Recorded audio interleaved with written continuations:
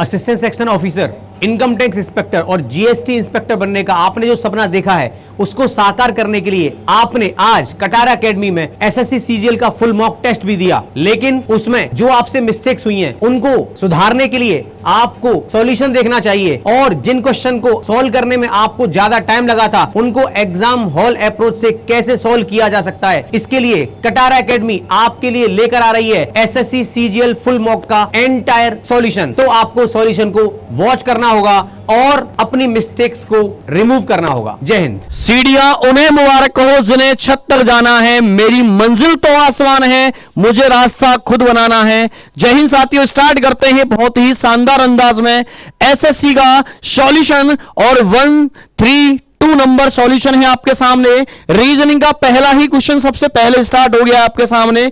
बहुत ही शानदार और जानदार सा प्रश्न है और ये कोडिंग टॉपिक से है और क्या दे रखा है HAMM और ER। इसका कोड क्या दे रखा है भाई ICPQJ और X। देखो भाई जितना समय से लिखने में लगता है उतने टाइम में आप उससे पहले सॉल्व कर लेते हैं और यही स्पीड होनी भी चाहिए और आपको ये लेटरों के नंबर बहुत याद होने चाहिए, देखते ही बता पाए आप। सर यहां तो हो रहा है भाई प्लस का 1, यहां प्लस का 2 है, यहां प्लस का 3 है, यहां प्लस का 4 है, यहां प्लस का 5 है और यहां प्लस का 6 है।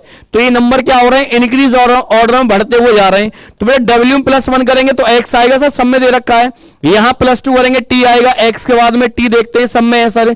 और ई में प्लस का 3 ऐड करेंगे तो आई नहीं आएगा, एच आना चाहिए सर, एच भी दे रखा है। यहां पर आई ये गलत हो गया। यहां प्लस का 4 करेंगे 18 नहीं आर आएगा और यहां प्लस का 5 करेंगे एच आएगा, ये गलत हो जाता है और एच हमारा ऑप्शन नंबर कहां रह जाता है डी में। डी ऑप्शन हो जाता है इस वाले क्वेश्चन का करेक्ट आंसर। देखो यहां पर बोला है select the option figure in which the figure is embedded. ये आकृति चारों में से किसके अंदर है? रोटेशन इज नॉट अलाउड, यानी घुमा नहीं सकते आप आकृति को। तो पहले ही ऑप्शन में आप देख लेंगे सर ये यहां से यहां लाइन है, ये ऐसे और ये ऐसे और इस तरीके से यहां हमारा करेक्ट आंसर बन जाता है ऑप्शन नंबर ए। क्लियर है? अगला क्वेश्चन ये भी कोडिंग का है भाई साहब। यहां क्या है PEN और इसका जो कोड है वो 321028। भाई 16 का डबल कितना होता है 32, 5 के 10, 14 से 28, 20 से कितना आएगा 40। सर ये वाला गलत है और ये भी गलत हो जाएगा। 21 से कितना आएगा 42, सर 42 ठीक है। 2 से 4 आएगा और 4 आएगा 40, 42 4। करेक्ट आंसर क्या बन जाएगा? ऑप्शन नंबर बी बन जाता है इस वाले क्वेश्चन का answer. Select the option that यहां दे रखा है depicts how the given transparent sheet of paper would appear if it is a folded at the dotted line. इस लाइन के अकॉर्डिंग इसको फोल्ड किया है। बेटा ये लाइन ऐसे जा रही है ना, तो यहां लाइन ऐसे जाती हुई दिखाई देगी, तुम्हें क्लियर सी बात है, यहां से ऐसे करके जाती हुई। और सर ये लाइन ऐसे है ना, तो ये यहां से ऐसे जाएगी, ये जो लाइन इधर वो इधर दिखाई देगी तुम्हें, और ये जो लाइन है वो ऐसे दिखाई देगी। अब आप ये देख लो भाई कौन सा ऑप्शन है ऐसा हमारा। ए में नाजीना, हाँ ये हो सकता है। यहां पर भी नहीं, गलत है सर। ये वाला हो सकता है क्या? हाँ ये भी हो सकता है। तो इनमें दोनों नहीं हो सकता भाई। यहां से लाइन इस तरीके से होनी चाहिए थी, जो कि यहां पर लाइन नहीं है, क्योंकि ये जो लाइन है यहां वाली ये तो ऐसे कनेक्ट होगी ना इस वाली से, तो ये वाला गलत हो जाता है। राइट आंसर इसका बन जाता है ऑप्शन नंबर सी हो जाता है हमारे इस प्रश्न का राइट आंसर। चलो भाई अगला दे रखा है भाई क्या है 55 से 58 हुआ है, प्लस का 3 है। 58 से 64 हुआ है, प्लस का 6 है। अब 3 6 है तो अगला कितना आएगा 9 ऐड कर लेते हैं, तो यहां 7 3 बनेगा और 9 के बाद कितना ऐड करेंगे 12 तो 85 हो जाएगा। तो इस प्रश्न का राइट आंसर कितना आएगा भाई 73, ऑप्शन नंबर डी हो जाएगा। अगला है जे से एम आया, एम से पी आया, पी से कितना आएगा एस, क्योंकि 3 3 का अंतर है। 19 और 3 22 और 3 25, तो इसका राइट आंसर क्या आएगा भाई ऑप्शन नंबर सी हो जाएगा इसका करेक्ट आंसर। तो ये वाले प्रश्नों में आपकी स्पीड जैसे हम चल रहे हैं वही होनी चाहिए और तभी आप एसएससी में अच्छा स्कोर कर पाएंगे। How many married ladies are teacher, तो पहले देखो भाई वेन डायग्राम सर्कल दे रखा है लेडीज के लिए, तो सर्कल हो जाएगा किसके लिए लेडीज के लिए। सर्कल किसके लिए भाई लेडीज के लिए हो जाएगा। आगे है, आगे क्या दे रखा है भाई तुम्हें, आगे देखा ट्रेंगल टीचर के लिए हो जाएगा। ट्रेंगल किसके लिए हो जाएगा भाई ये हो जाएगा मेरे दोस्त टीचर के लिए। किसके लिए हो जाएगा भाई ये टीचर के लिए। और रेक्टेंगल हो जाएगा अनमैरिड के लिए। ये है रेक्टेंगल किसके लिए भाई अनमैरिड, अन और मैरिड जिनकी शादी नहीं हुई है, जो बेरोजगार हैं उनको मान लेते हैं इसमें, ठीक है, कि रोजगार मिलने के बाद तो शादी हो जाती है। How many married ladies are teacher. अब ये बोला है मैरिड और ये है अनमैरिड, तो इतना पार्ट हटाओ पहले, और इन दोनों में कॉमन लेडी भी हो और क्या हो सर, टीचर भी हो, तो वो आंसर हमारा कितना आएगा, 3 आएगा। वो कहां है भाई, ऑप्शन नंबर सी में हो जाएगा, दोनों में कॉमन। अब ये दे रखे हैं और इसमें बताना है कि 3 तो एक जैसे होंगे किसी लॉजिक से और एक अलग है, तो हमें वो बताना है कि अलग कौन सा है इसमें। देखो भाई इन दोनों में 3 और 9 कितना हुआ, 12। 9 और 3 का अंतर कितना है, 6 का, गुणा कर देंगे 72 हो गया। 4 और 2 कितना हुआ, 6, अंतर कितने का, 2 का, गुणा कर देंगे 12 हो जाएगा। 8 और 2 10, 8 और 2 का अंतर 6 का, गुणा कर देंगे 60 हो जाएगा। 5 और 7 12, अंतर कितने का, 2 का, तो यहां 24 आना चाहिए था, ये 38 है। यही हमारा राइट आंसर है, डी ऑप्शन, डी फॉर लगा दो भाई, डी सर, ठीक है। शिक्षकों का जो समूह होता है उसे फैकल्टी कहा जाता है, संकाय कहा जाता है। चींटियों के झुंड को क्या आंट्स कहते हैं, नाजीना। ट्रक के झुंड को बेड़ा कहा जाता है, ये बात सही है, ट्रक इधर आएगा, ये उल्टे ऐसे लिखे हुए हैं, ठीक है ना। ट्रक के झुंड को क्या कहा जाता है, बेड़ा, फ्लीट, तो राइट आंसर हो जाएगा। अपार्टमेंट के झुंड को कहा, ये भी तो गलत है बेटा, और इसका ये भी गलत है, ठीक है। राइट आंसर क्या होगा, ऑप्शन नंबर बी हो जाएगा। अब देखो आप इससे देख रहे हैं, इसका फेस ऊपर था, अब बॉटम टॉप, अब बॉटम, अब आएगा टॉप में, सर टॉप में आएगा तो ये गलत हो जाएगा। एरो इधर था, अब वापस गया, फिर इधर है, फिर इधर है, अब बेटा इधर जाएगा, और इधर अगर जाएगा तो ये वाला भी ऑप्शन गलत है। अब रह गए मेरे पास 2 ऑप्शन। भाई देखो ट्रायंगल है, ये ट्रायंगल है, स्क्वायर ये स्क्वायर। अब देखो ट्रायंगल से स्क्वायर हुआ 2 बार सेम है, तो आगे पेंटागन आना चाहिए। सर पेंटागन तो है, लेकिन ये वाला गलत हो जाता है, राइट आंसर ये। और ये तो हो ही नहीं सकता कि यहां तो क्या है, क्रॉस दे दिया, क्रॉस की जरूरत है ही नहीं इसमें, तो राइट आंसर क्या आएगा हमारा, ऑप्शन नंबर डी लगा देंगे इसका भी। अब इसका अपोजिट पूछा है आपसे, क्या होगा, तो ये तो यहां दे रखा है, और क्या कॉमन है, परसेंट से यहां चले जाओ आप, तो ये हमारा एट द रेट इसका राइट आंसर हो जाएगा, ठीक है भाई, एट द रेट इसका राइट आंसर हो जाएगा। ये क्वेश्चन तो तुम्हारे लिए भाई क्या होना चाहिए, बोनस, देखते ही टिक होनी चाहिए। कुत्ता और हाथी, कुत्ता यहां पर, हाथी यहां पर, शेर से शेर गया, एक पॉजिटिव नेगेटिव, एक पर वैल्यू 100 भी है तो मर्ज हो जाएगा, तो पहला वाला करेक्ट है। शेर और कुत्ता, अब भाई देखो शेर और कुत्ते की बात करते हैं, शेर कुत्ता ये रहा, शेर पर 100 मांग रहा है लेकिन वहां 100 नहीं, गलत है ये। हाथी और कुत्ता, हाथी यहां है लेकिन नेगेटिव में पॉजिटिव तो बनेगा ही नहीं, तो इसका राइट आंसर बनेगा only conclusion first follow, only conclusion first follow, option number A. देखो भाई अगला, यहां दे रखे हैं 8 शब्द दिए गए हैं, जिनमें से 7 किसी न किसी प्रकार से समान हैं और एक अलग है, तो विषम का बताइए, विषम कौन सा है। मॉनिटर एक वस्तु होती है जिसे आप देख सकते हैं, उठा सकते हैं, टच कर सकते हैं। हेडफोन भी होता है, कानों में आप लगाते हैं, इलेक्ट्रिक हम कह सकते हैं, इलेक्ट्रॉनिक्स आइटम है सब। माउस भी है जिसे आप पकड़ के घुमाते हो, कीबोर्ड भी आपके हाथ में ही रहता है भाई साहब। विंडो, प्रिंटर, हाँ प्रिंटर कहीं ले जाएंगे, स्कैनर कहीं ले जाओगे, स्पीकर कहीं ले जाओगे, भाई विंडो को कहां ले जाओगे, विंडो, विंडो आपका अलग है। ये क्या है, इसे आप केवल क्या है कंप्यूटर के अंदर डालते हैं, क्या एक तरीके सॉफ्टवेयर है, कोई हार्डवेयर नहीं है, सभी पार्ट क्या है हार्डवेयर वाले, तो ये क्या हमारा सॉफ्टवेयर है, ये हमारा राइट आंसर हो जाएगा विंडो। तो विंडो कहां दे रखा है, ऑप्शन नंबर डी में दे रखा है, तो इसका भी लगा देंगे डी फॉर ड्यूसर। क्लियर है भाई। अगला क्वेश्चन बेटा देखो 53 का ये स्क्वायर होता है तो 1521, भाई देखो तुम्हें याद ना हो तो कोई दिक्कत नहीं, 16 का 40 का तो याद होगा 1600। अब आप ये देखो 35 में 5 आना चाहिए, 3 से 9 आना चाहिए, 1 से आ सकता है या 31 से। 31 का 30 का स्क्वायर कितना होता है मेरे दोस्त, 900। 31 का 900 से थोड़ा ज्यादा हो जाएगा, तो ये 39 के नजदीक बैठेगा। 40 के तो करेक्ट आंसर क्या आएगा, अगर स्क्वायर ना याद हो तो 39 का स्क्वायर हो जाएगा 1521। सेम याद रखा है, फाइंड ऑड वन आउट। देखो भाई जे से एम +3, ए से डी +3, बी से ई +3, एफ से एच +2 है, यही आ गया भाई +2, ऑप्शन नंबर डी। अब देखो बहुत शानदार सा प्रश्न दे रखा है अर्थमेटिक रीजनिंग का।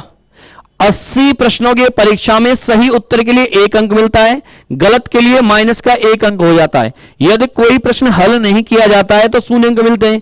किसी छात्र ने 80%, अब भाई साहब 80 का भी 80% ही सॉल्व किया उन्होंने, तो 80 का 80% कितना होता है मेरे दोस्त, 64 क्वेश्चन सही किए, 64 अटेम्प्ट किए, 64 अटेम्प्ट किए, सही गलत तो इसमें से होंगे। अगर मान लो वो सबके सब सही करके आता तो एक एक क्वेश्चन पर 64 अंक मिलते, लेकिन उन भाई साहब के आए कितने हैं 32, कितने मिले भाई 32, तो 32 आए, कितने नहीं मिले सर 32 ही नहीं मिले। अब न मिलने का रीजन होता है एक तो पॉजिटिव गया क्योंकि गलत है उसका, और नेगेटिव और गया सही में से, तो एक क्वेश्चन गलत होने का मीन्स है 2 नंबर कट जाना, तो 2 से भाग देंगे, तो इसका अर्थ यह हुआ 16 क्वेश्चन गलत किए, 64 टोटल थे, 16 गलत किए, सही कितने किए 48। क्रॉस चेक करा देता हूं बेटा, कोई बच्चा का ऐसा 48 कैसे आया, क्रॉस चेक कराते हैं। अभी देखो एक क्वेश्चन 1 नंबर का है, 48 क्वेश्चन किए, 48 नंबर बन गए तुम्हारे। अब किए तो आपने 64 थे, 48 सही किए आपने, तो 48 नंबर आने चाहिए, लेकिन एक गलत पर 1 नंबर कटता भी है। 64 करके आए, 48 सही थे, 16 गलत हो गए ना, तो वो 16 क्वेश्चन 16 नंबर कम कर देंगे तुम्हारे, तो 48 16 घटा दो, 32 हो गए, 32 ही मार्क्स आए इसके, ये दे रखे। तो सर करने का तरीका क्या होता है, कोई भी क्वेश्चन आएगा करने का तरीका होता है टोटल जितने क्वेश्चन अटेम्प्ट करता है उसका एम निकालो कितना है, कितने मिले उसे घटाओ, जो नहीं मिले उसको भाग देते हैं हमेशा पॉजिटिव और नेगेटिव के सम से, 1 और 1 2 के सम से भाग देते हैं, जो वैल्यू निकल के आती है ना वो हमेशा गलत क्वेश्चनों की संख्या होती है। तो 16 किए हैं गलत, 64 टोटल किए थे, 48 किए उसने सही। उम्मीद है समझ गए होंगे। Select the correct mirror image of the given figure when a mirror is placed on the right. यहां लगा दो भाई क्या दर्पण को, तो ई पहले आएगा सर, सब में है ई तो पहले, कोई दिक्कत वाली बात नहीं। इसका फेस ऊपर कैसे कर दिया भाई, और ये डार्क भी आएगा पहले सर, इसमें भी ट्रायंगल का फेस देख लो भाई, ट्रायंगल का फेस भाई देखो आप इसको देख रहे हैं, ये भी ठीक है सर, दोनों में सेम है। इनमें अंतर ई का फेस भाई बदलेगा ना, ये गलत है हमारा। इसका देखा मैंने ट्रायंगल को गलत कर दिया इसने, तो राइट आंसर इसका क्या बन जाएगा, ऑप्शन नंबर ए बन जाएगा इसका करेक्टली आंसर। अगले की बात करते हैं। अब मुझे 41 लेके आना है, 5 का स्क्वायर 25, 4 का स्क्वायर 16, 41 आ जाएगा। 15 का कितना आता है भाई 225, और 6 का 36, 25 36 कितना होता है 61, 261 जहां भी होगा लगा देना, क्योंकि 9 का 81 होता है, और 111 121, 81 21 कितना होता है 202 होता है, 202। चलो भाई ये बहुत शानदार सा प्रश्न, इनको ऑर्डर लगाना है तुम्हें।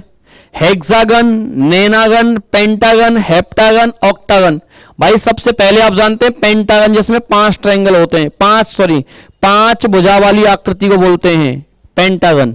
पेंटागन के बाद क्या आएगा भाई हेक्सागन जिसमें 6 होते हैं, तो 3 के बाद में कितना आएगा 1 आएगा, और इसके बाद में क्या आएगा भाई, तो इसके बाद में नेनागन तो 9 वाला हो जाएगा भाई साहब, और हेप्टागन 7 वाला हो जाएगा, ऑक्टागन 8 वाला हो जाएगा। तो अब आएगा बेटा 5 ऑक्टागन, नहीं नहीं नहीं नहीं नहीं नहीं नहीं, नहीं पहले ये आएगा ना हेप्टा, 6 वाला आएगा ना पहले, अच्छा हाँ 6 वाला तो 1 आ गया।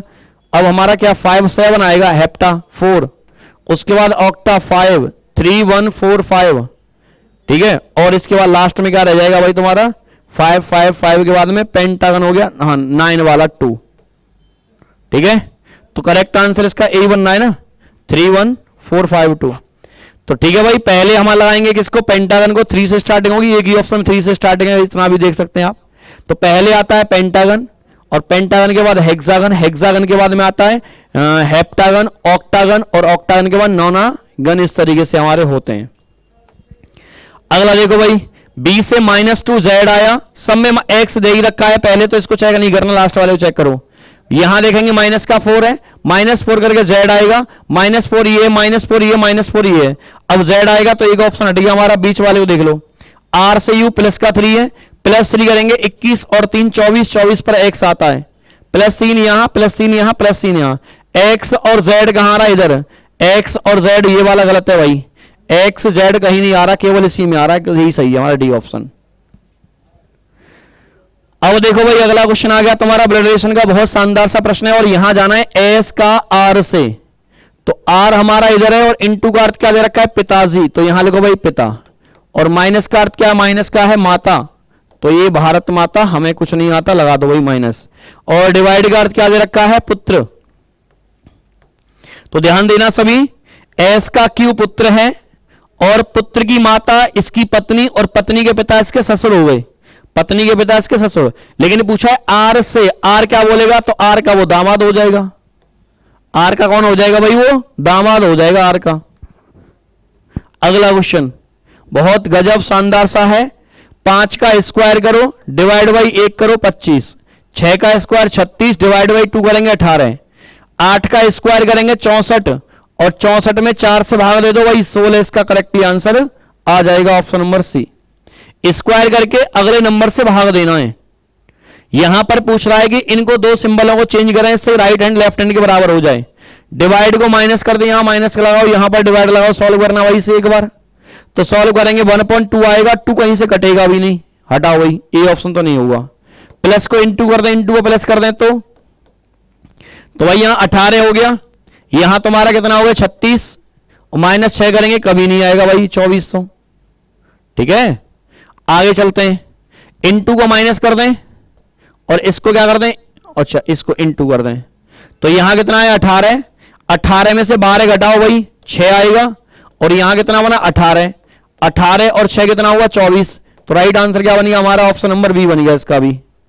ठीक है, देखो कार्डियोलॉजिस्ट क्या होता है, हृदय रोग विशेषज्ञ को बोला जाता है, हार्ट से संबंधित होता है। ठीक है, तो न्यूरोलॉजिस्ट तांत्रिक जो बेटा के दिमाग के अंदर न्यूरोलॉजिस्ट होता है वो क्या करता है, उसका कार्य है ब्रेन संबंधित जितनी बीमारियां होती हैं उनका इलाज करना। ठीक है, अगला क्वेश्चन यहां पर पूछे गए हैं ट्रायंगल फाइंड द, इसमें क्या बताने तो मैं ट्रायंगल कितने।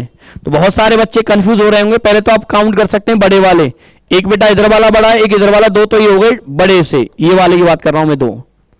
ठीक है, अब 2 के बाद सिंगल सिंगल काउंट करो, 3 4 बेटा, एक इधर है 5, 5 के बाद एक ये हमारा 6, एक इसको मिला करके भी तो यहां से यहां कितना हो जाएगा 7 और एक हम ऐसे भी जा सकते हैं इसे ही, कितने हो गए 8, 8 ही हो गए मेरे लाल, और एक यहां से यहां तक भी तो है 9 और एक यहां से यहां तक है 10। तो करेक्टली आंसर क्या जाता है इसका 10, इस प्रश्न का राइट आंसर हो जाता है। तो इस तरीके से हमारे रीजनिंग का सॉल्यूशन होता है। इसका लेवल कैसा रहा प्लीज आप कमेंट किया करें, क्योंकि हम आपके कमेंट का इंतजार करते हैं, देखते हैं कि आपका कमेंट क्या है। किसी भी क्वेश्चन में कोई भी दिक्कत है आप बता सकते हैं। बाकी इसी प्रकार से सॉल्यूशन आपको मिलता रहेगा, कटार टीम आपके लिए प्रयास करती रहेगी और जब तक कि आप सफल नहीं हो जाते हैं। सभी को जय हिंद, जय Shri Ram, Radhe Radhe, take care. Hello students, आप सब लोगों को जय हिंद। कैसे हैं आप सभी लोग? तो मैं अभी एसएससी सीजीएल फुल मॉक का सॉल्यूशन लेकर आ रहा हूं जीएस सेक्शन का। और जैसा मैंने आपको बताया था आपको कि सिर्फ क्वेश्चन करना हमारे लिए टारगेट नहीं है कि हमने क्वेश्चन कर लिया। क्वेश्चन किस तरीके से करना है, कैसे कम टाइम में करना और कैसे चीज़ों को सोच के करना, ये बड़ा इंपॉर्टेंट होता है। सिर्फ क्वेश्चन करना टारगेट नहीं होता। बहुत सारे लोग क्वेश्चंस कर लेते हैं टाइम अगर मिले तो। मेन चीज़ है कि आपको 1 घंटे के अंदर क्वेश्चन करना। और ऐसे बहुत सारे ऐसे क्वेश्चंस आपको जीएस में भी देखने को मिलते हैं जिन्हें सिर्फ कॉमन सेंस के दम पर किया जा सकता था। ठीक है, बहुत सारे क्वेश्चंस में आपको नॉलेज की रिक्वायरमेंट है, लेकिन कुछ ऐसे क्वेश्चन हैं जिनमें सिर्फ कॉमन सेंस ही लगती थी और वो क्वेश्चंस हो जाते हैं आराम से। तो सबसे पहले इस क्लास को बहुत मतलब ये जो हमारे जितना भी सॉल्यूशन चल रहा है ना, इसे कंप्लीट देखा करिए, बहुत इंपॉर्टेंट होता है। एनालिसिस अगर आप नहीं कर रहे हैं ना कहीं बड़ी गलती कर रहे हैं। सिर्फ मॉक टेस्ट दिया, अगर आपने उसको एनालिसिस नहीं किया तो अपनी गलतियों पे काम नहीं कर रहे हैं और सेम गलती बार बार करते रहेंगे तो ये चलता ही रहेगा, ये सफर चलता ही रहेगा और सिलेक्शन तक आप नहीं पहुंचेंगे। तो गलती पे काम करना है। तो सबसे पहले आगे बढ़ते हैं बिना समय गवाए। क्वेश्चन नंबर 26 जीएस का सॉल्यूशन में अगर मैं बात करूं, so who among the following is explain the phenomena of photo electric effect. मतलब सीधा है, फोटो इलेक्ट्रिक इफेक्ट जिसे हिंदी में प्रकाश विद्युत प्रभाव कहते हैं, इसे किसने एक्सप्लेन किया था? देखो एक्सप्लेन की अगर बात आए तो वो किया था अल्बर्ट आइंस्टीन साहब ने। 1905 में इन्होंने एक्सप्लेन किया और इसके लिए ना इन्हें 1921 में नोबेल प्राइज भी मिला था। इसके लिए ना 1921 में नोबेल प्राइज भी मिला था। लेकिन मेरे बेटा इन्होंने ना एक्सप्लेन किया था, इन्होंने डिस्कवर नहीं किया था। अगर एक क्वेश्चन आ जाए ना इसे डिस्कवर किसने किया था, तो हमको पता है इसकी जो डिस्कवरी की थी, डिस्कवर्ड बाय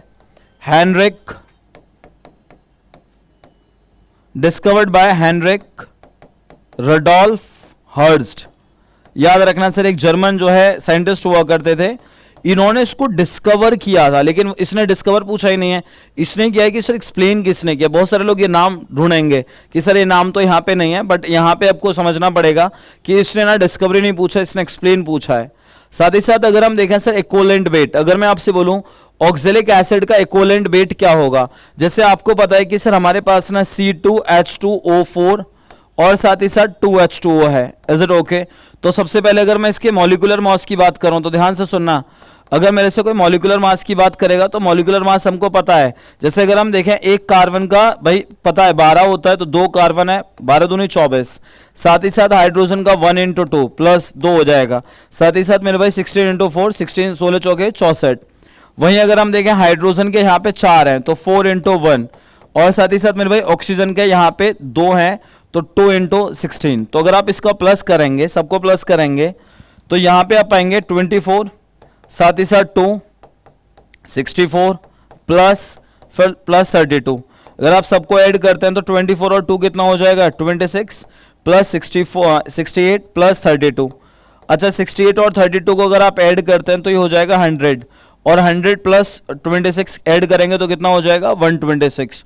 तो हमको पता है सर इसका जो मॉलिक्यूलर मास है ना मेरे भाई, जो इसका मॉलिक्यूलर मास है, हमको पता है कि जो मॉलिक्यूलर मास है ना वो भाई 126 है। कितना है 126। लेकिन क्या इसने मॉलिक्यूलर मास पूछा, इसने अणुभार पूछा है क्या? क्या इसने अणुभार पूछा है क्या? नहीं सर, इसने मॉलिक्यूलर मास नहीं पूछा, इसने आपसे पूछा इक्विवेलेंट मास। और अगर मैं इक्विवेलेंट मास की बात करता हूं तो आपको पता है इक्विवेलेंट मास निकालने के लिए, आपको इक्विवेलेंट मास निकालने के लिए क्या करना पड़ेगा आपके पास, मेरे को बताओ। हाँ भाई, ये तो खैर वाटर के मॉलिक्यूल्स हो गए। अगर आप C2H2O4 में अगर आप देखें, अगर आप C2H2O4 में देखें तो हमारे पास वाटर के मॉलिक्यूल्स, हाइड्रोजन के मॉलिक्यूल्स कितने हैं 2 हैं।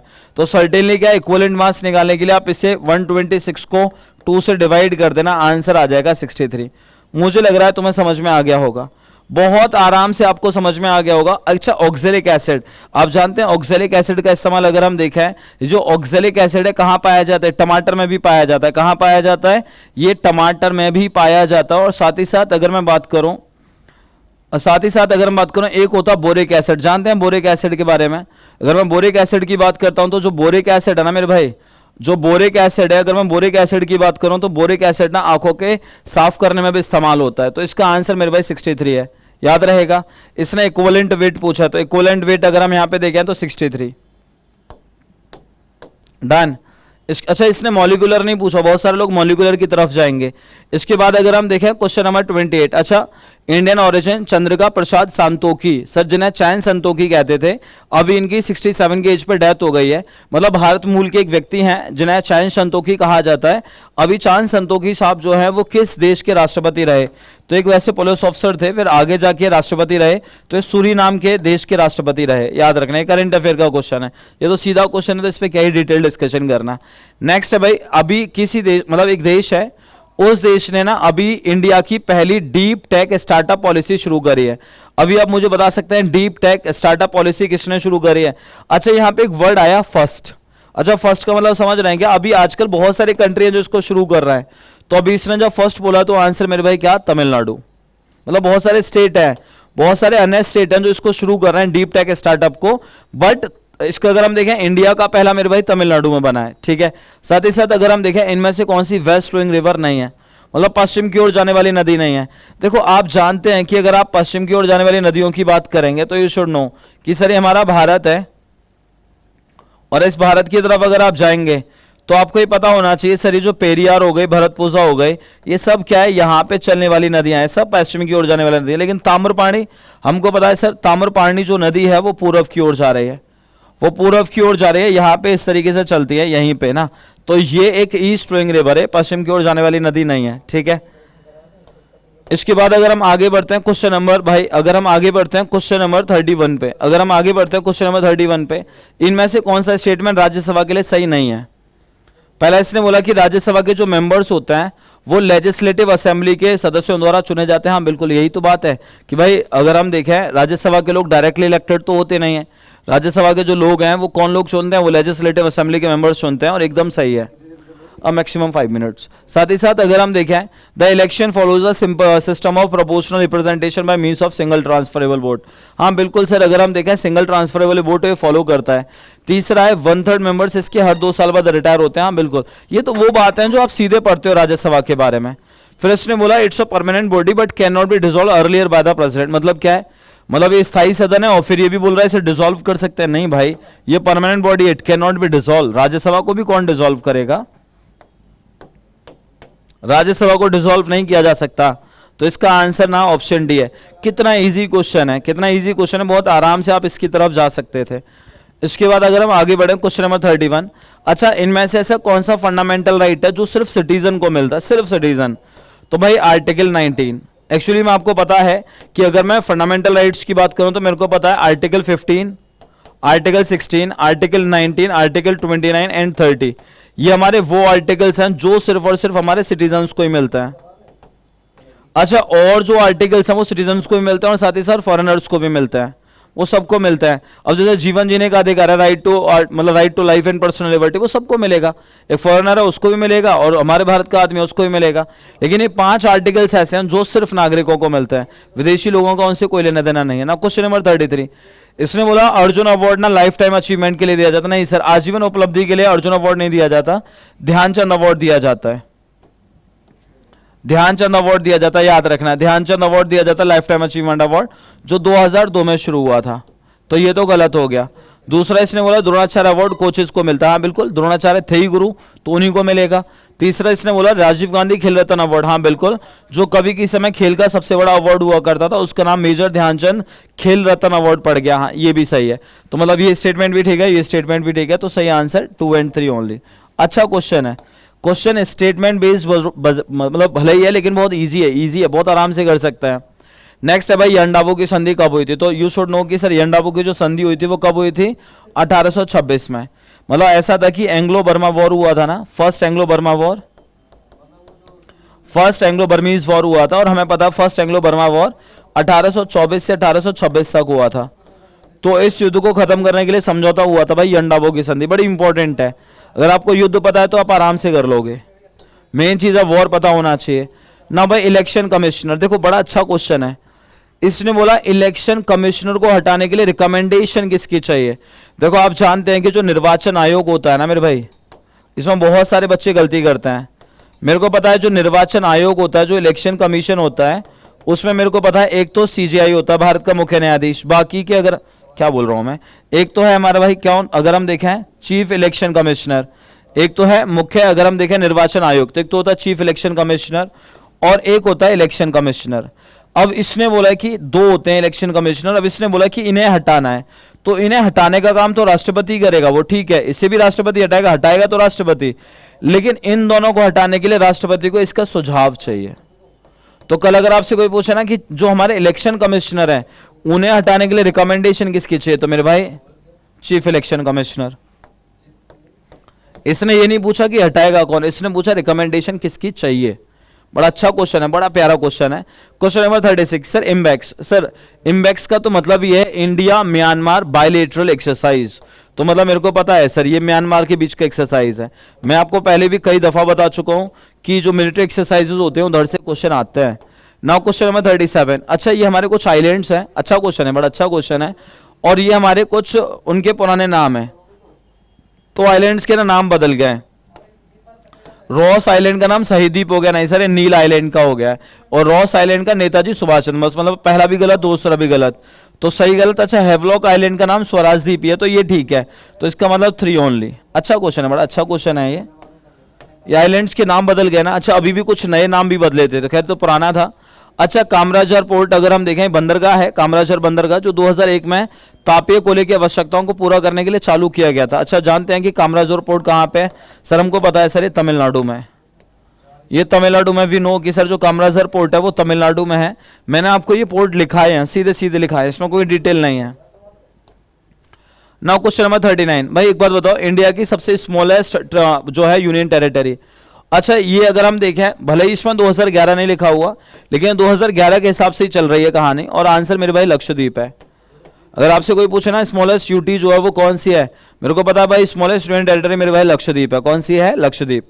इससे छोटा यूनियन टेरिटरी कोई सा भी नहीं है।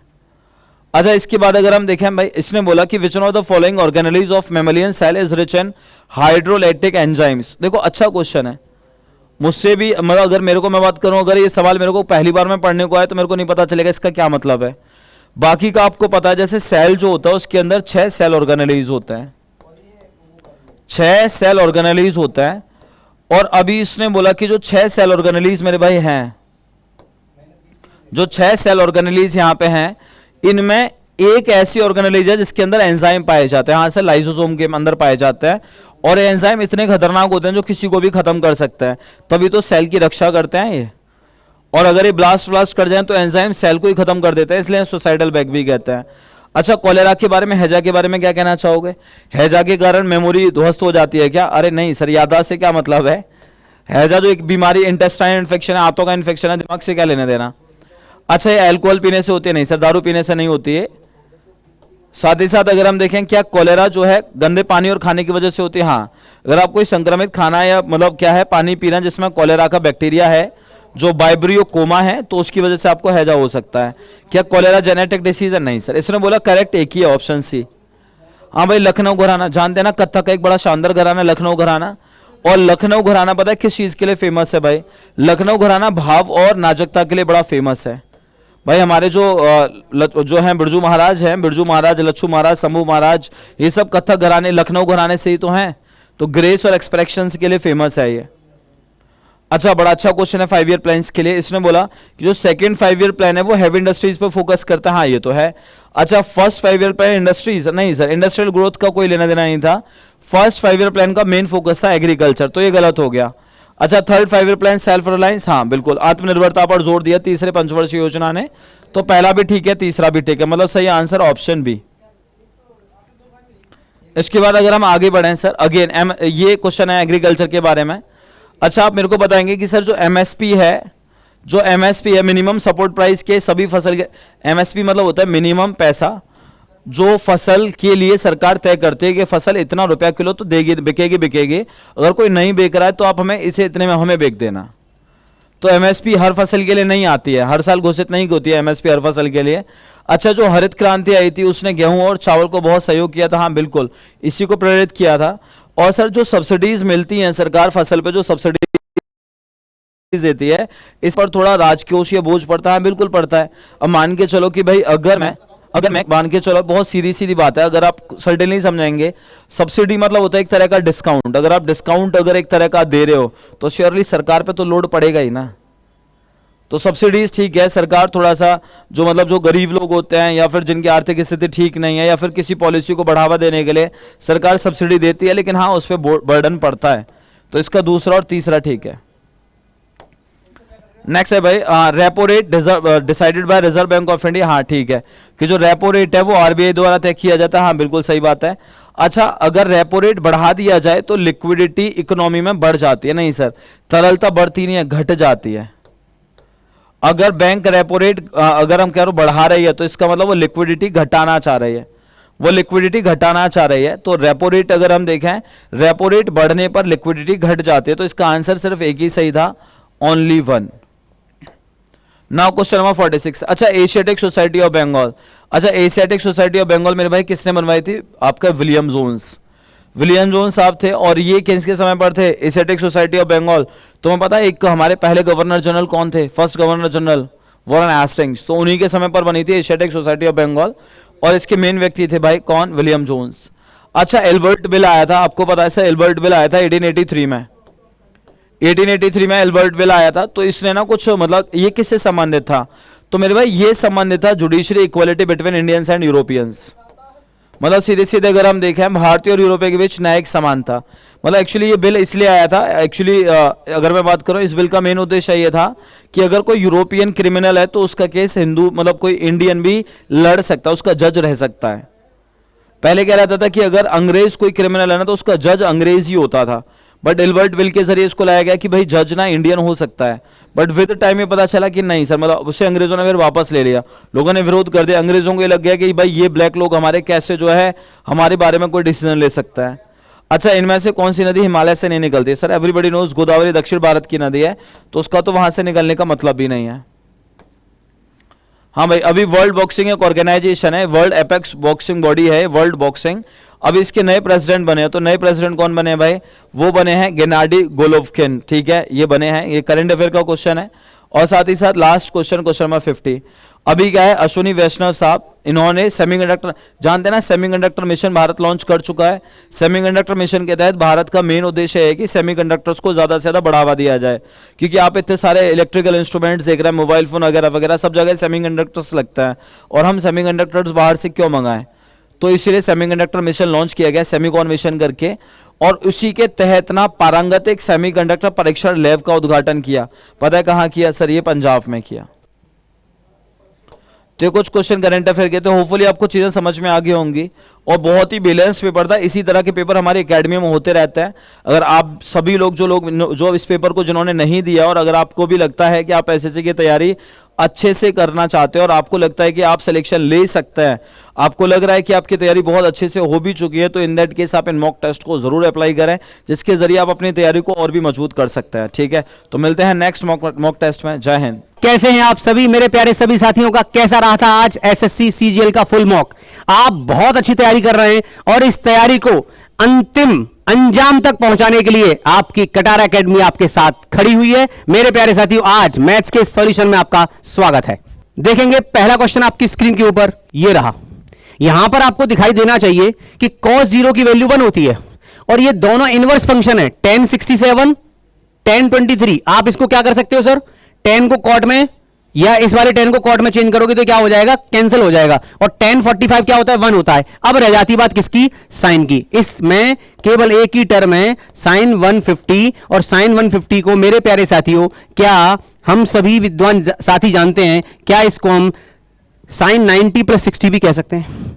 और आप जानते हैं मेरे प्यारे साथियों, साइन 90 प्लस थीटा क्या होता है? कॉस थीटा होता है। और कॉस 60 की वैल्यू क्या होती है? 1/2 होती है। करेक्ट आंसर आ जाएगा 1/2। आज की इस क्लास में एक अच्छे पेस पर, अच्छी स्पीड पर बात करेंगे ताकि आपको यह समझ में आए कि हम कम टाइम में ज्यादा क्वेश्चन सॉल्व कर सकते हैं। The number of times the number की buttons of the typewriter have to be pressed in order to type the first 300 natural numbers। जब हम फर्स्ट 300 नेचुरल नंबर्स को लिखना चाहते हैं तो हमें कितनी बार कीवर्ड को प्रेस करना होगा? तो आपको यह बात समझ में आनी चाहिए। 1 to 9 डिजिट्स को जब लिखोगे तो यहां पर 9 डिजिट्स का यूज किया जाएगा। Is that clear? अब आते हैं सर नेक्स्ट नंबर 10 से लेकर 99 तक। ये टोटल 90 नंबर होते हैं और ये एवरी जो नंबर होता है वो 2 डिजिट का होता है, तो आप डायरेक्टली कह सकते हैं 180। अब यहां से आगे 100 से लेकर 300 तक जो टोटल नंबर होंगे वो 201 नंबर्स होंगे और ट्रिपल डिजिट का नंबर होगा एवरी नंबर, तो यहां से आ जाएगा सर 603 प्लस 180 प्लस 9। आप सभी टर्म्स को ऐड करेंगे और मेरे प्यारे साथियों आपका करेक्ट आंसर आ जाएगा 792। यहां पर देखेंगे जब क्वाड्रेटिक इक्वेशन की बात करेंगे और कोफिशिएंट की बात हो रही होगी तो ये इनके कोफिशिएंट चेक करने के लिए आपको मल्टीप्लाई करना चाहिए। मल्टीप्लाई करेंगे तो 5 × 3 15x²। 5 का मल्टीप्लाई होगा तो कहेंगे 20xy, माइनस 6 का होगा मल्टीप्लाई तो 18xy, देन माइनस 24y²। मेरे प्यारे साथियों आपको ये बहुत अच्छी तरीके से समझ में आ रहा होगा। 15x² प्लस इन दोनों का यहां से सेटलमेंट क्या आ जाएगा? 2xy minus 24y²। मेरे सभी प्यारे साथी बहुत इजीली अब कंपेरिजन कर सकते हैं। क्या था equation? ax² plus 2hxy plus by²। जैसे ही कंपेरिजन करोगे a की वैल्यू 15, h की वैल्यू 1 और b की वैल्यू -24, b की वैल्यू -24 आपको दिखाई दे जाएगी। क्या पूछा है sir? 4a minus h plus 2b। Solve कर सकते हैं। a की वैल्यू क्या है सर? a की वैल्यू है 15, 15 4 जा 60 माइनस 1 माइनस 48, क्योंकि b की वैल्यू 24, 24 2 जा 48, 60 minus 49 that is 11 will be the correct answer. समझ आ रहा है क्या एवरीबॉडी? यहां तक कोई डाउट है, प्रॉब्लम है तो बता सकते हैं। अ card is drawn at random from a well shuffled standard deck. किसी स्टैंडर्ड डेक से अगर कोई कार्ड क्या किया जाता है सर? कोई कार्ड क्या किया जाता है? ड्रॉ किया जाता है। अब यहां पर प्रोबेबिलिटी कह रहा है कि वो जो कार्ड है वो या तो एक हार्ट होना चाहिए या डायमंड होना चाहिए। आपको पता है 13 13 13 के 4 टोटल क्या बनते हैं? सेगमेंट बनते हैं। तो ये भी 13 होते हैं हार्ट और 13 ही डायमंड होते हैं। तो टोटल कितने हो जाएंगे? 26 out of 52। The probability of such kind of the card will be 1/2। क्या यहां तक कोई डाउट है? समझ में आ गया है? कोई भी प्रॉब्लम है तो बता सकते हैं। Is there any problem? यहां तक मुझे लगता है कि कोई समस्या नहीं आ रही होगी। ये थोड़ा चेक कर लेंगे, राइट? इसके बाद में अगले क्वेश्चन पर बढ़ते हैं। देखिए मेरे प्यारे साथियों, बहुत ही शानदार जबरदस्त जिंदाबाद क्वेश्चन है। जब हम रूट्स की बात करेंगे तो मेरे प्यारे साथियों आपको पता होना चाहिए जो अल्फा और बीटा 2 रूट्स होते हैं इनका सम और इनका प्रोडक्ट मिलता है हमें कैसे, ये होता है -b/a और ये होता है c/a। क्या मेरा एक एक प्यारा बच्चा इस बात से पहले से ही क्या है सर, परिचित है? यहां पर तो कोई डाउट आना ही नहीं चाहिए, ये तो आपको बेसिक इंफॉर्मेशन पता ही होनी चाहिए। अब इनका सर यूज क्या कर सकते हैं उस पर बात होगी। यहां पर हमें अल्फा माइनस बीटा की वैल्यू गिवन है और पी की वैल्यू फाइंड करनी है। क्या मेरे प्यारे साथियों आप एक algebraic identity alpha plus beta का whole square equal to alpha minus beta whole square, जब ये प्लस होता है तो क्या होता है +4 अल्फा बीटा, इसका हम क्या कर सकते हैं, यूज कर सकते हैं। मेरे प्यारे साथियों आप देख पाएंगे अल्फा प्लस बीटा मतलब -b/a और -b का मतलब क्या होगा, b की वैल्यू क्या आ रही है यहां से, यहां आप देख पा रहे हैं b की वैल्यू -20 है, माइनस इंटू -20 20/3 क्या हो जाएगा ये 20/3 का whole square equal to alpha minus beta की वैल्यू हमें पहले से गिवन है सर 16/3 का whole square plus 4 into alpha into beta की वैल्यू होती है c/a, c की वैल्यू क्या है p और a की वैल्यू 3, तो मैं डायरेक्ट बोल सकता हूं इसको p/3। क्या इतनी बात मेरे हर एक प्यारे बच्चे को समझ में आ रही है? अब मेरे प्यारे साथियों आपको ऐसे समझ में आना चाहिए कि जब ये टर्म इधर आएगा तो यहां भी 3 है यहां भी 3 है, स्क्वायर करोगे तो 9 आ जाएगा, 9 आ जाएगा। ये जब टर्म इधर आएगा तो ये हो गया 400 minus 256 equal to 4 into p/3। ये मेरे प्यारे साथियों इसका सॉल्यूशन क्या है, ये क्या है, ये है सर 144, 9 से कैंसिल होता है 16 टाइम्स और 4 से ये नंबर 4 टाइम्स और 4 3 जा p की वैल्यू क्या आ जाएगी 4 3 जा 12 आ जाएगी। क्या आ जाएगी सर, p की वैल्यू 12 आ जाएगी। ये एंटायर टीचिंग के साथ में आपको बता दिया मैंने कि क्या क्या इनके टर्म्स बन सकते हैं और कैसे हम इसका यूज कर सकते हैं। एल्जेब्रिक आइडेंटिटी भी यूज हो रही है और दोनों ही जो रूट्स होते हैं उनका यूज कैसे किया जा सकता है यहां देखेंगे सर। देखिए जब आप इसको क्वेश्चन को रीड करते हैं ना तो आपको लग रहा है कि बहुत ही टफ क्वेश्चन हो सकता है, लेकिन आप इसको बहुत इत्मीनान से समझिए क्या कह रहा है। 3 लोग बताए गए XYZ, उनको टोटल 4800 रुपीज मिलते हैं, जिसमें क्या बोला जा रहा है सर, X Y और Z अगर ये तीनों एक साथ वर्क करते हैं ना तो इनको टोटल कितने दिन का टाइम लगता है। Together 3 of them can complete the work in 8 whole number 3/4, 800 के 32 और 3 35, 35/4। मेरे प्यारे साथियों अगर आप आगे वाला टर्म समझते हैं तो यहां बताया गया है कि Y और Z कौन कौन सर, Y और Z मिलकर अगर ये वर्क करते हैं, Y और Z मिलकर वर्क करते हैं तो कितना टाइम लग रहा होता है 15 135 प्लस 5 140/9। और आगे देखेंगे X और Z इनको जो टाइम लगता है सर X और Z को 12 होल नंबर 8/11 को क्या कह सकते हैं 140/11। सबसे पहले टोटल वर्क सपोज किया जाएगा, टोटल वर्क हो गया 140 को डिवाइड करोगे तो ये 16 टाइम्स, 140 से कैंसिल हो जाएगा 9 टाइम्स और ये 11 टाइम्स। क्या मेरे एक एक प्यारे साथी को ये समझ में आ गया कि XYZ की कैपेसिटी, Y और Z की ज्वाइंट कैपेसिटी, X और Z की ज्वाइंट कैपेसिटी समझ में आ रही है? क्या आप ऐसा नहीं कर सकते, क्या आप ऐसा नहीं कर सकते सर कि आपके सामने X Y और Z की ज्वाइंट कैपेसिटी ये है और Y और Z की ये कैपेसिटी है, अगर इसमें से ही माइनस करोगे क्या X की कैपेसिटी आएगी, यस और नो? क्या कैपेसिटी आ जाएगी सर 7। अगेन जब Z और X को माइनस कर दोगे तो 16 - 11 क्या हो जाएगा 5। अब मेरे प्यारे साथियों बताना जरा Z की वैल्यू क्या आ जाएगी, जब ये 7 है ये 5 है तो 7 + 5 12, 12 + 4 16, क्योंकि सभी की कैपेसिटी कितनी है 16 है। सभी लोग अगर वर्क करते हैं तो इनको 16 कैपेसिटी के अकॉर्डिंग कितने मनी का डिस्ट्रीब्यूशन होगा 4800 का, तो क्या 1 यूनिट की वैल्यू आ जाएगी 300। अब क्या पूछा है, X और Z को मिलने वाली जो भी राशि है उसका डिफरेंस पूछा है। मेरे प्यारे साथियों X और Z का डिफरेंस, X का और Z का डिफरेंस 7 का और 4 का डिफरेंस 3 होता है और 300 × 3 हो जाएगा 900। अब क्या बोला जा रहा है sir, in a class the ratio of boys to that of girls, boys और गर्ल्स का रेशियो है 2:3।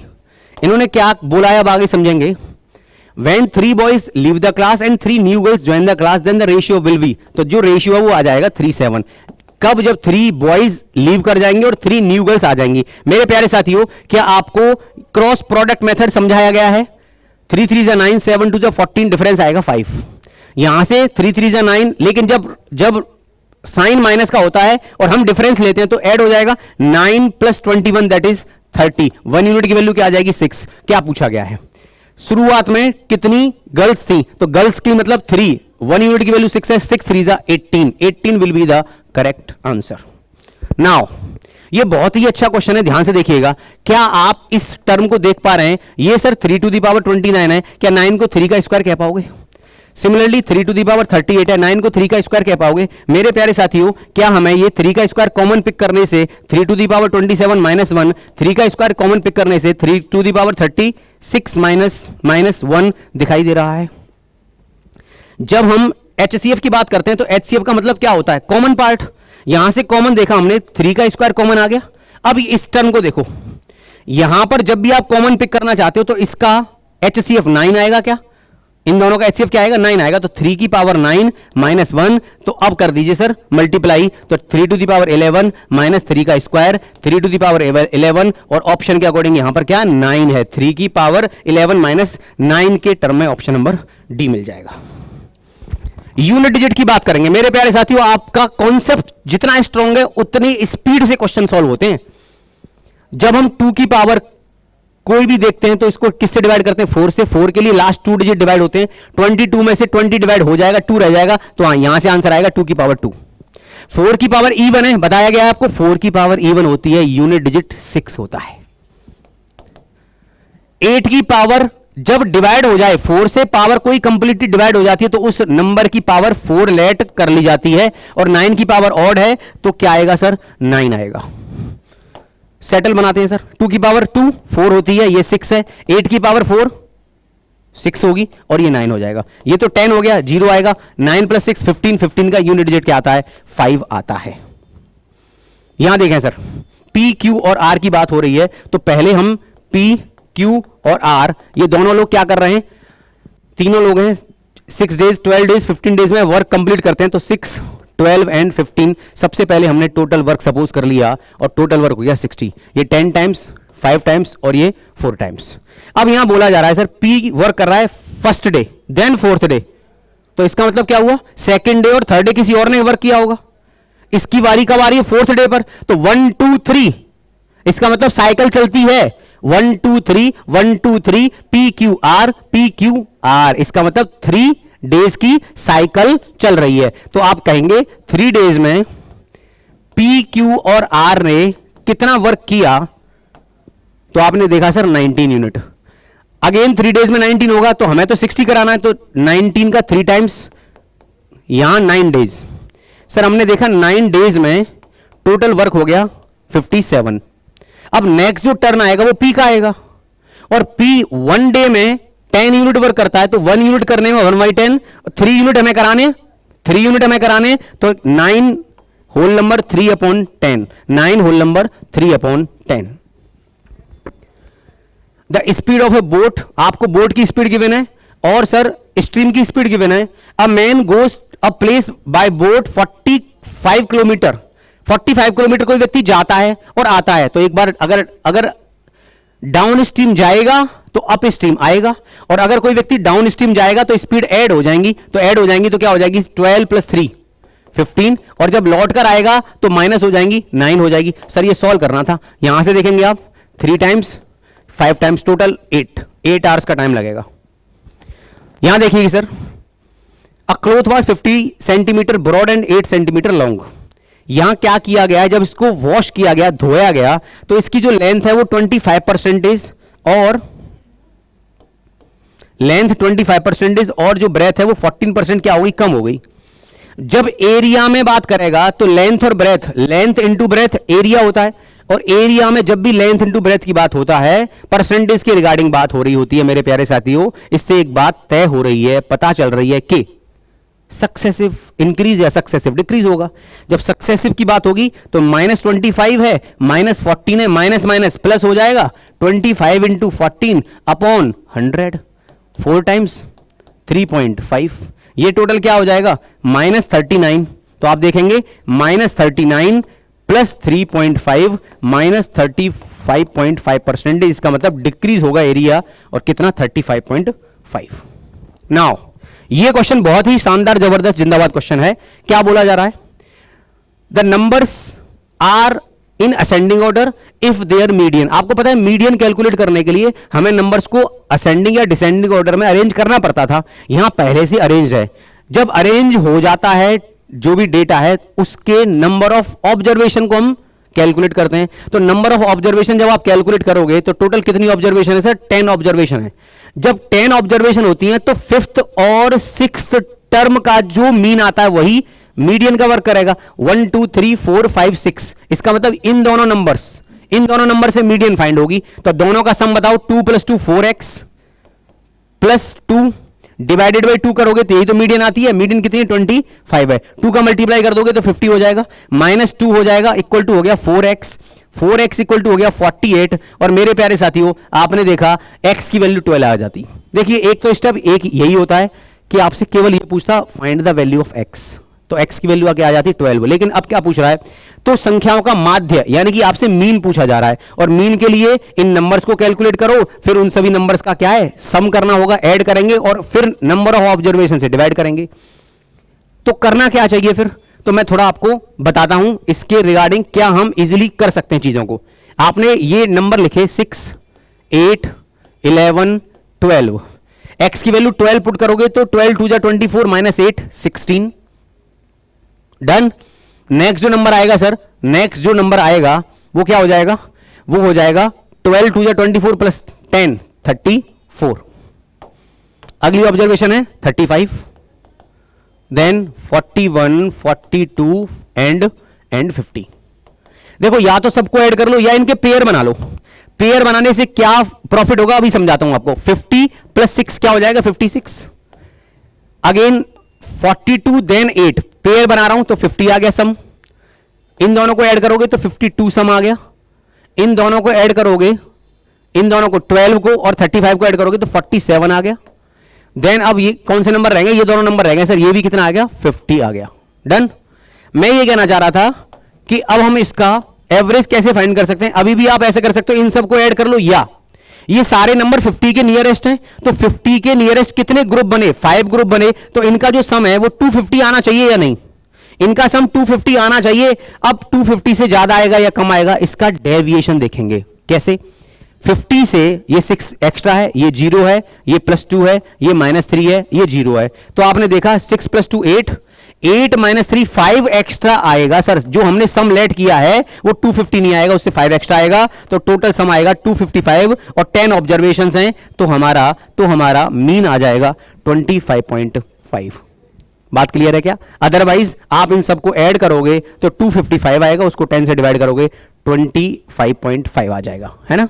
ये थोड़ा सा एक डेविएशन से सॉल्व करने का एक मेथड है, आप इसको देख सकते हैं। नेक्स्ट क्वेश्चन की ओर बढ़ते हैं। 20 मीटर एंड 15 मीटर के क्या है सर? डायमेंशन वाला एक आपके पास में एक रेक्टेंगल है, और इस रेक्टेंगल में बात हो रही है, इसके अंदर बनाया जाता है एक और रेक्टेंगल। ओके, यहां देखेंगे इधर आपको इजीली समझ में आ रहा है। ये 20 है, ये 15 है। अगर ये जो विड्थ है ये 1 है तो 1 यहां से और 1 यहां से, टोटल 2 माइनस होगी। तो मैं बड़े वाले रेक्टेंगल के एरिया में से छोटे वाले रेक्टेंगल के एरिया माइनस कर दूंगा तो मुझे क्या मिल जाएगा? एरिया ऑफ द पाथ मिल जाएगा। तो आप ये कहोगे कि बड़े वाले जो लार्ज रेक्टेंगल उसका एरिया क्या होगा? लेंथ इंटू ब्रेथ, माइनस 20 में से माइनस करेंगे 1 और 1 2 माइनस करोगे तो 18 इंटू 13।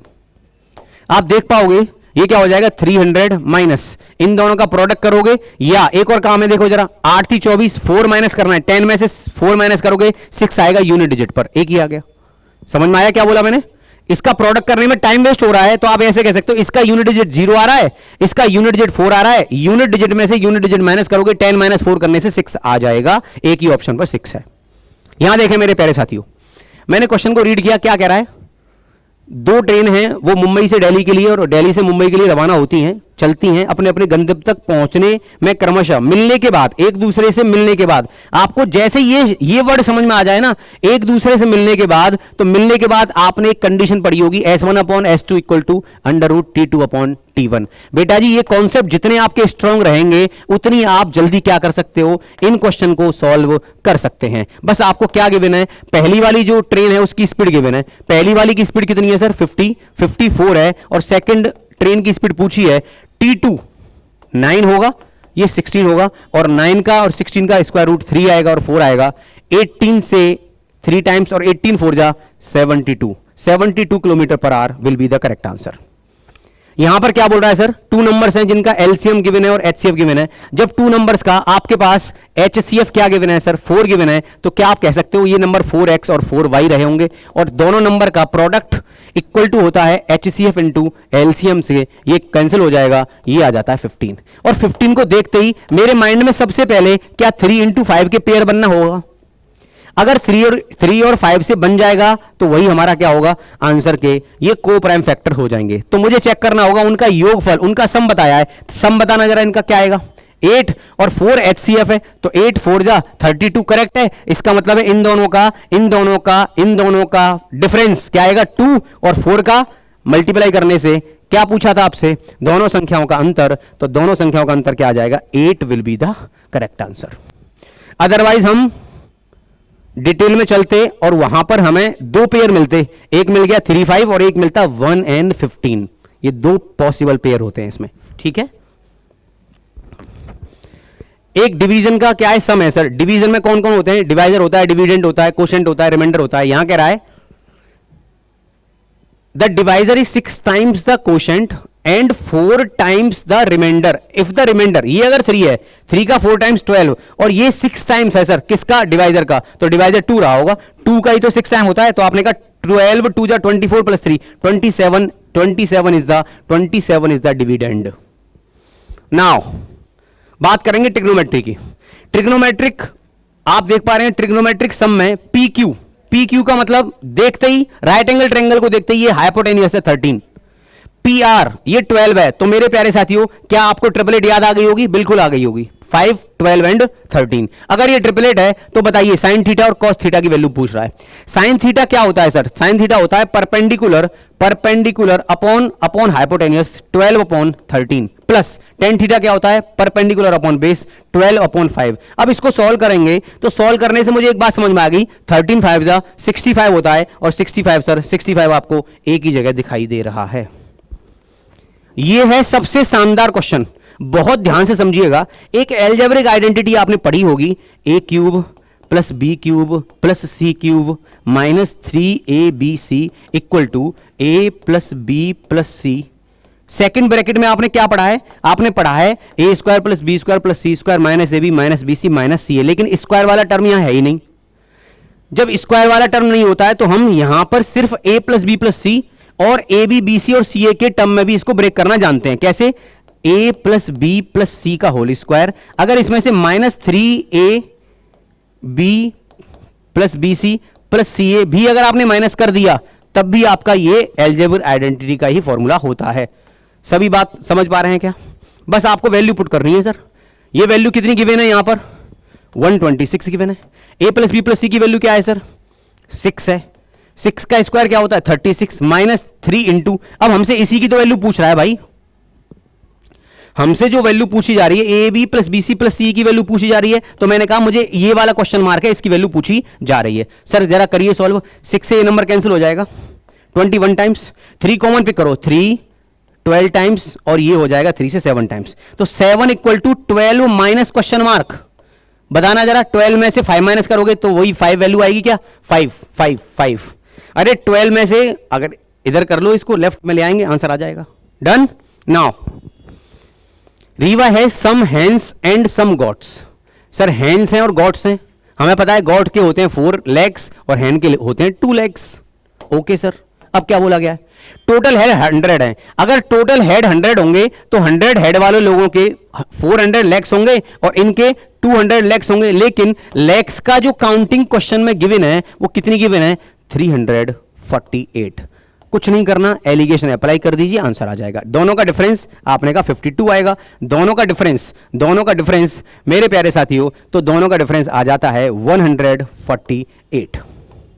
हमने कहा सर 4 से कैंसिल किया जाए 13 टाइम्स एंड 37 टाइम्स, दोनों का सम क्या आया 50, लेकिन टोटल तो 100 कौन थे, 100 एनिमल्स थे, तो क्या बोलोगे 1 यूनिट की वैल्यू आ जाती है 2। अब जो पूछा है गॉट, गॉट कितनी थी सर? गॉट थी 37, 37, 37 2 जा 70, 74, 74। Very very very easy question, और इजी क्वेश्चन में ही आपको अगर टाइम लग रहा है तो कॉन्सेप्ट में प्रॉब्लम है, ध्यान रखिएगा। टफ क्वेश्चन में टाइम सबको लगेगा, लेंथी क्वेश्चन में टाइम सबको लगेगा, इजी क्वेश्चन में टाइम अगर लगता है तो प्रॉब्लम है। इसलिए कम टाइम में इजी क्वेश्चन सॉल्व करेंगे और फिर उसके आगे हम टाइम जो सेव होता है हमारे पास उससे हम टफ क्वेश्चन कर पाएंगे, राइट। चलिए नाउ द नेक्स्ट क्वेश्चन। ये 6 डिजिट नंबर है और ये 125 से डिवाइड होना चाहिए। 125 से डिवाइड होने वाले नंबर कौन से होते हैं? जिनकी लास्ट 3 डिजिट 125 से डिवाइड हो जाती हैं। अगर लास्ट 3 डिजिट को देखोगे तो यहां तो लास्ट 3 डिजिट में x और y अननोन है, लेकिन एक बात तो तय है, 125 से डिवाइड होगा तो 125 के मल्टीपल होंगे 125, 250, 375, 500, 625, 750, 875। बोलो इनमें से यूनिट डिजिट क्या होना चाहिए? 5। तो ये हो सकता है, ये नहीं, ये पॉसिबल है, ये नहीं, ये पॉसिबल है, ये नहीं, ये पॉसिबल है। 1 2 3 4 टोटल कितने? 4 ऐसे नंबर पॉसिबल हो सकेंगे। ये देखेंगे मेरे प्यारे साथियों, हाइट एंड डिस्टेंस का क्वेश्चन है। The angle of elevation of the top of a vertical tower situated perpendicularly on a plane is observed as 60 degree from the point D। एक वर्टिकल टावर है, एक पॉइंट D है और यहां से angle of elevation जब D point से observe किया गया तो 60 था। यहां तक कोई डाउट तो नहीं है? कितना था सर? ये कितना था? ये 60 डिग्री था। Done, okay. अब क्या बोल रहा है? From another point C 10 metre vertically above, vertically above है, इससे 10 मीटर वर्टिकली एबव एक पॉइंट है C, और यहां से अगर इसका एंगल ऑफ सप्रेशन देखा गया तो क्या था? ये 30 डिग्री था। ये 10 है तो ये भी 10 होगा। मैंने इसको लेट कर लिया x, ये पार्ट कितना है? x है। अब ध्यान से सुनिएगा, बहुत ध्यान से। जब हम 10 60 या 10 30 की वैल्यू अप्लाई करते हैं तो एक रिलेशन होता है, किसका? बेस का और परपेंडिकुलर का। क्या रिलेशन है मेरे प्यारे साथियों? जब ये 30 डिग्री होता है तो बेस हो जाता है जो परपेंडिकुलर है उसका √3 टाइम्स, और जब ये 60 डिग्री होता है तो जो भी परपेंडिकुलर होता है, परपेंडिकुलर इस बार क्या है? x + 10 है, इसका ये हो जाता है 1/√3 टाइम्स।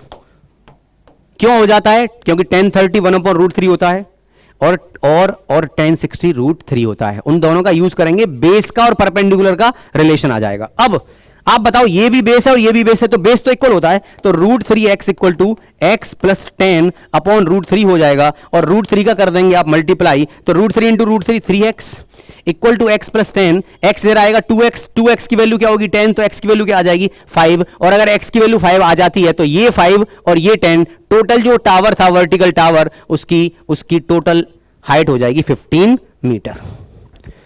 ये देखें सर, ज्योमेट्री का बहुत ही शानदार क्वेश्चन है, और ज्योमेट्री में आप जानते हैं कि जब कभी भी किसी एक्सटर्नल पॉइंट से क्या ड्रॉ किए जाते हैं? क्या ड्रॉ किए जाते हैं सर? टेंजेंट्स ड्रॉ किए जाते हैं, तो उन टेंजेंट की जो लेंथ होती है वो इक्वल होती है। इसका मतलब A B equal to A C होगा, यस और no? A B equal to क्या होगा sir? A B equal to A C होगा। और आप ये जानते हैं ये भी तो एक एक्सटर्नल पॉइंट है, तो ई डी और ई बी ये भी क्या होंगे? दोनों इक्वल होंगे। ई बी इक्वल टू होगा ई डी के। यहां पर ई डी की वैल्यू कितनी है? 3 है। अगर ये 3 है तो सर ये भी 3 होगी। अब बताओ मुझे, ए बी की जो लेंथ है, ये जो लेंथ है ये 15 है, और 15 में से ये लेंथ 3 है, तो क्या ए ई की लेंथ ऑफ ए ई क्या आ जाती है? 12 सेंटीमीटर आ जाती है। Done. Next, the side of a rhombus is 26 centimetre, the length of one of the diagonals. तो रोम्बस वर्ड को देखते ही आपके माइंड में एक बात क्लैरिटी से आ जानी चाहिए, सर रोम्बस क्या होता है? इसकी ऑल दी साइड्स क्या होती हैं? इक्वल होती हैं।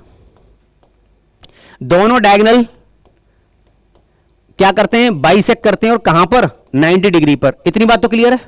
ये 26 गिवन है, लेंथ ऑफ द डायगोनल अगर ये 20 है तो ये 10 होगा। अगर 90 डिग्री का एंगल है तो राइट एंगल ट्रायंगल है। अगर आपको दिख रहा है 10 है 26 है, तो आप जानते हो ना, अभी 888 यूज किया था आपने, 5 12 एंड 13, तो आपको समझ में आ रहा है 13 का स्क्वायर है, 5 का स्क्वायर है, तो 12 का स्क्वायर होगा 24। इसका मतलब ये साइड होगी 24, तो ये साइड भी होगी 24, ये 10 है तो ये भी होगी 10। इतना पार्ट हमें समझ में आ गया। अब क्या बोला? The sum of the length of the diagonal of the this rhombus इस रोम्बस के डायगोनल्स की जो लेंथ का सम है वो पेरीमीटर के इक्वल है, किसके? रेक्टेंगल की पेरीमीटर। मेरे प्यारे साथियों, आपको समझ में आ रहा है कि डायगोनल कौन कौन आ गए? D1 और D2 की जो लेंथ आ रही है वो क्या क्या आ रही है? ये आ रही है 20 गिवन था और ये हमने फाइंड कर लिया। इनका सम करोगे तो क्या आएगा? 68 जो सम है वो इक्वल है, पेरीमीटर क्या होती है? Twice of L plus B, 2 से कैंसिल हो गया 34। मेरे प्यारे साथियों, अब आपको समझ में आना चाहिए कि L प्लस बी की वैल्यू, L प्लस बी आ गया 34, और लेंथ का और ब्रेथ का कोई और रिलेशन है क्या? आयत की लंबाई और चौड़ाई के बीच का अंतर दे रखा है, L माइनस बी की वैल्यू कितनी है? 6 है। अब बताइए, क्या आपको यह बात समझ में आती है? दोनों इक्वेशन को ऐड करोगे 40 आएगा, 40 का हाफ लेंथ आ जाएगा 20 और ब्रेथ आ जाएगी कितनी? 14। ये लीनियर इक्वेशन है, डायरेक्ट सॉल्व करना आपको आना चाहिए इसको। अब क्या बोला गया है? आयत का क्षेत्रफल length into breadth, L into B, 20 into 40, 280 centimetre square. और ये रहा आपका लास्ट क्वेश्चन, लेकिन ये सबसे ज्यादा कॉम्प्लेक्स क्वेश्चन है क्योंकि आपको इस क्वेश्चन को सॉल्व करने में बहुत टाइम लगा होगा। आज इस क्वेश्चन को सॉल्व करने की टेक्निक देखिए बेटा, टेक्निक को समझिएगा। जब कभी भी ऐसे टर्म को सॉल्व करेंगे तो करना क्या होता है? अल्टरनेट नंबर्स का डिफरेंस 19 आएगा, इन दोनों का डिफरेंस 30 आएगा, ये आ गया हमारा रेशियो। अब इस रेशियो का जो डिफरेंस आ रहा है वो 11 है। क्या करना होगा आपको? अब इन दोनों नंबर का डिफरेंस या लास्ट वाले दोनों का डिफरेंस, ये डिफरेंस इस डिफरेंस से मैच करना चाहिए। यहां डिफरेंस कितना है सर? यहां तो डिफरेंस 8 आ रहा है, तो मुझे इस डिफरेंस को 8 बनाना है। बेटा जी, अगर ये 8 बनाना चाहते हो तो 8 से मल्टीप्लाई और 11 से डिवाइड करोगे। ऐसा करने से क्या हो जाएगा? ये कैंसिल होते ही 8 बन जाएगा डिफरेंस। तो आपने इस टर्म में किसका मल्टीप्लाई किया? 8 अपॉन 11 का। तो जो नंबर 19 था वो लिटरली में 19 नहीं था, 19 का 8 अपॉन 11 था। कभी जो नंबर 19 रहा था, कभी जो नंबर 19 था वो कितना हो गया? 19 का 8 अपॉन 11 पार्ट हो गया, तो कितना सब्ट्रैक्ट हुआ? 19 का 3 अपॉन 11 पार्ट। इसमें से ये माइनस करोगे तो 11 में से 8 माइनस होगा तो 3 अपॉन 11 रह जाएगा। यही वैल्यू है सर जो आपको सब्ट्रैक्ट करनी पड़ रही है, जिसको हम x कह रहे हैं। अब यहां x की वैल्यू पुट करनी है, तो x की वैल्यू पुट करोगे तो क्या हो जाएगा? ये 19 × 57 57 अपॉन 11 इंटू 11 प्लस 2, 11 कैंसिल हो जाएगा और ये आ गया 59 आपका करेक्ट आंसर। मेरे एक एक प्यारे साथी से ये रिक्वेस्ट है कि आज के इस सेशन का आपको बहुत अच्छा फीडबैक बता देना होगा। क्या इसमें कमी रह रही है, हम ये भी जानना चाहते हैं। ऐसा नहीं है कि हम यही आपसे सुनना चाहते हैं कि सर हम तो बहुत अच्छा पढ़ा रहे हैं, बहुत अच्छा सॉल्यूशन करा रहे हैं। ये बात तो आप खुद से फील करें और फील करने के बाद कमेंट बॉक्स में बताएं कि क्या आप ऐसे सॉल्यूशन से सेटिस्फाइड हैं। के अलावा आपकी जो टीम आपके साथ वर्क कर रही है, जो आपको रियल टाइम सॉल्यूशन मिलता है, सेम टाइम आपको रिजल्ट जनरेट होता है, आपकी रैंक बताई जाती है और टॉप रैंकर्स को प्राइज भी दिया जाता है, क्या ये सारी व्यवस्थाएं आपके सफलता के लिए आवश्यक हैं? और यदि हैं तो हर एक मेरे प्यारे बच्चे से मुझे 2 प्यारे प्यारे से कमेंट चाहिए। जो भी आपके सजेशन है SSC CGL full mock test के लिए, वो भी आप जरूर देंगे। बहुत बहुत धन्यवाद। जय हिंद साथियों। हेलो एवरीवन, स्वागत है आप सभी का आज के इस फुल मॉक में। तो प्यारे बच्चों ध्यान देते हैं, हम अपना मॉक का सॉल्यूशन करते हैं। इंग्लिश हमारा यहाँ पर पार्ट है तो समझते हैं। यहाँ पर जो क्वेश्चन दे रखा है और इस क्वेश्चन की अगर हम बात करें तो ये क्वेश्चन अरेंजमेंट का सवाल है, यानी parts of a sentence are given below in jumbled order, यानी आपको क्या काम करना है, इसको ऑर्डर में रखना है। अरेंजमेंट का सवाल है जी। तो आपको ये ऑप्शंस दिख रहे हैं, ठीक है ना। इसको अरेंज करना है, किस तरीके से अरेंज करना है। अब यहाँ पर ऑप्शन दे रखे हैं B A D C, C A D B, A D B C, D B C A. अब आपको पढ़ना है और इसको क्या करना है, अरेंज करना है। देखिएगा यहाँ लिखा हुआ है to become severely sea sick, a world tour but he was a nervous flyer and tended he wanted to go on. अब कहां से स्टार्टिंग होनी चाहिए? देखिए एक तरीके से ऐसे मान के चलिए बड़ा सेंटेंस, एक से बड़ा सेंटेंस मान के चलिएगा। अब हम किसी भी सेंटेंस को बना के चलते हैं तो सबसे पहले हमको सब्जेक्ट चाहिए होता है ना। सब्जेक्ट चाहिए होता है, फिर हमको वर्ब चाहिए होती है, ऑब्जेक्ट चाहिए होता है। यही तो हमारा एक स्ट्रक्चर होता है किसी भी सेंटेंस को बनाने का, बिल्कुल यही होता है। तो उसी आधार पर हमको क्या काम करना है कि सबसे पहले हमें वो वाला पार्ट देखना है जहां पर सब्जेक्ट दे रखा होगा। ठीक है ना। तो क्या लगता है किसी सेंटेंस की स्टार्टिंग टू बिकम से हो सकती है, ए से हो सकती है, नहीं हो सकती। तो अगर नहीं हो सकती तो ये टू बिकम सीधा सीधा तो नहीं आ सकता, तो अब आपका ये तो ऑप्शन नहीं हो सकता भाई। अब बात करते हैं यहां पर अ नर्वस फ्लायर एंड टेंडेड, ठीक है ना। अब जरा थोड़ा सा ध्यान दो, कुछ ऐसा नहीं लग रहा कि स्टार्टिंग यहां से होनी चाहिए। He wanted to go on, वह चाहता था जाना। He wanted to go on a world tour, वो एक वर्ल्ड टूर पर जाना चाहता था, but he was a nervous flyer, ठीक है ना। तो कहीं ना कहीं बात कनेक्ट हो रही है, डी के बाद में बी आना चाहिए, ठीक है ना, और बी के बाद में सी आना चाहिए, ठीक है। तो देखो जरा डी बी सी है कहीं पर, डी बी सी ए, हाँ हमारा ऑप्शन हो गया यहां पर डी, डी बी सी ए, सही, यही हमारा आंसर यहां पर बन जाएगा, ठीक है ना। देखो एक बार और, he wanted to go on, he wanted to go on a world tour but he was a nervous flyer and tended to become severely seasick, ठीक है ना। चलिए तो हमारा क्या यहां पर अरेंजमेंट हो गया, D B C A. Next देख लेते हैं। So I am not very sure, direct क्या सो से स्टार्टिंग हो सकता है कोई सेंटेंस, ठीक है ना, ऐसा लगता है आपको। I have a driving licence, आपको सब्जेक्ट मिल गया भाई, I have a driving licence but no real driving experience, मेरे पास ड्राइविंग लाइसेंस है लेकिन रियल ड्राइविंग एक्सपीरियंस नहीं है। ये बात कहीं ना कहीं कनेक्ट कर रही है, बी के बाद में डी आ जाना चाहिए, बी के बाद में डी आ जाना चाहिए, ठीक है भाई। तो ये हो जाएगा I have a driving licence but no real driving experience, B के बाद में डी कहीं दे रखा है, बी के बाद में डी हमारे एक तो बी में है और एक सी में है। और देख लेते हैं, अब देखो यहां पर दे रखा so I am not very sure. एक चीज और ध्यान रखना, जब कभी भी इस शब्द को यूज करते हैं श्योर को, तो श्योर के साथ में हम लेके चलते हैं ऑफ, ठीक है। अब देखो श्योर के बाद में ऑफ दे रखा है सी में, यानी ए के बाद में क्या आना चाहिए, सी आना चाहिए, यानी डी के बाद बी और ए के बाद सी। देखो डी बी ए सी है कहीं, डी बी ए सी, हाँ बी के बाद डी, बी के बाद डी आएगा, ठीक है ना, और ए के बाद में सी आएगा। तो जरा देख लेते हैं, यहां पर बात करते हैं बी डी ए सी, हाँ देखो बी डी ए सी, हमारा आंसर हो जाएगा सी, ठीक है ना। I have a driving licence, I have a driving licence, ठीक है, I have a driving licence but no real driving experience, so I am not very sure, I am not very sure of myself reaching home safely, मेरे पास driving licence है लेकिन real driving experience नहीं है, इसलिए मैं sure नहीं हूं कि मैं खुद घर पर सेफली पहुंच जाऊं। तो आंसर क्या हो जाएगा आपका, सी हो जाएगा। आगे बढ़ते हैं, सवाल है यहां पर देख लेते हैं। सवाल यहां पर पूछा गया आपसे, क्वेश्चन है हमारा, although the expedition was fraught with peril, यद्यपि वो जो यद्यपि ऑल्दो एक्चुअल में कंजंक्शन होता है जो कॉन्ट्रास्ट शो करता है, क्या शो करता है, कॉन्ट्रास्ट शो करता है। यद्यपि, ठीक है ना, यद्यपि जो एक्सपीडिशन थी, एक्सपीडिशन कहते हैं कोई खोज, ठीक है ना, कोई यात्रा, तो यद्यपि वो जो यात्रा कैसी थी, वॉज फ्रॉट विद पेरिल, खतरों से भरी हुई थी, फिर भी दे एनकाउंटर्ड, फिर भी उन्होंने, ठीक है, सामना किया, एनकाउंटर का मतलब फेस किया, किसको फेस किया, फ्यूअर चैलेंजेस या लेस चैलेंजेस या मच चैलेंजेस या फिर मैनी चैलेंजेस। अब देखो ऑप्शन से ही समझ लेते हैं। एक बात बताओ पहले, ये जो आपने चैलेंजेस लिखा है ये कैसा नाउन है, ये प्लूरल काउंटेबल नाउन है। अगर ये प्लूरल काउंटेबल नाउन है तो सिंपल सी बात है, यहां पर इधर देन भी दे रखा है, देन आने पर क्या आता है, कंपैरेटिव डिग्री आती है, ठीक है ना, कंपैरेटिव डिग्री आती है, ठीक है, लेकिन लेस देन भी होता है, पर लेस के साथ में अनकाउंटेबल नाउन आता है, तो ये तो हो नहीं सकता, ठीक है। मच के बाद में अनकाउंटेबल नाउन आता है, लेकिन हमें कंपैरेटिव डिग्री तो मच नहीं आएगा, कंपैरेटिव डिग्री मच नहीं होती, ठीक है ना। अच्छा मैनी देन होता नहीं है, ये भी हो गया आउट। तो हमारे पास ऑप्शन बचा fewer, fewer than, fewer comparative degree है, और देखो फ्यूअर के साथ में हम हमेशा लेके चलते हैं पीसीएन, प्लूरल काउंटेबल नाउन।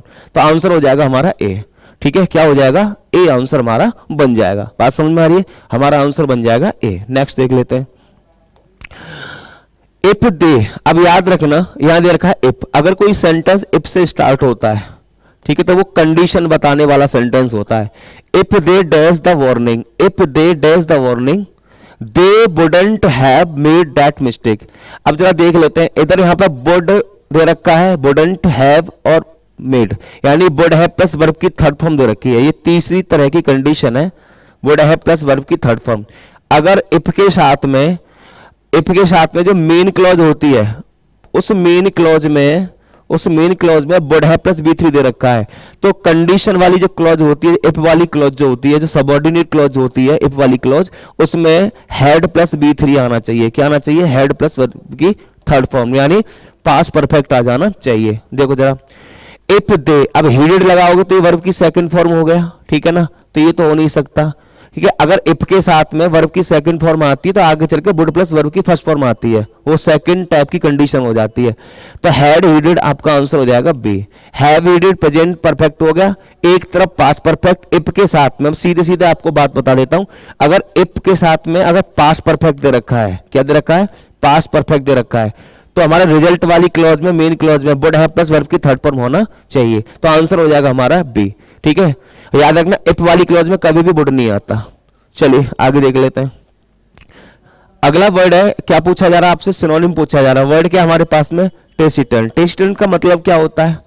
अच्छा पहले एक बात देख लेते हैं, अगर कभी सिनोनिम एंटोनिम्स आपको थोड़ा सा अप्लाई करना है, देखना है किस तरीके से सॉल्व करने हैं, तो कई बार ऑप्शन को भी देख लिया करो। देखो एक बार यहाँ पर गैरुलस शब्द दे रखा है, कम्युनिकेटिव दे रखा है। गैरुलस कहते हैं बातूनी को, और कम्युनिकेटिव भी कौन होता है? जो बातूनी होता है। इसका मतलब ये दोनों सिनोनिम है, ठीक है ना, यानी दोनों के दोनों सिनोनिम है। एक शब्द दे रखा है यहाँ पर आउटस्पोकन। आउटस्पोकन का मतलब भी होता है बातूनी।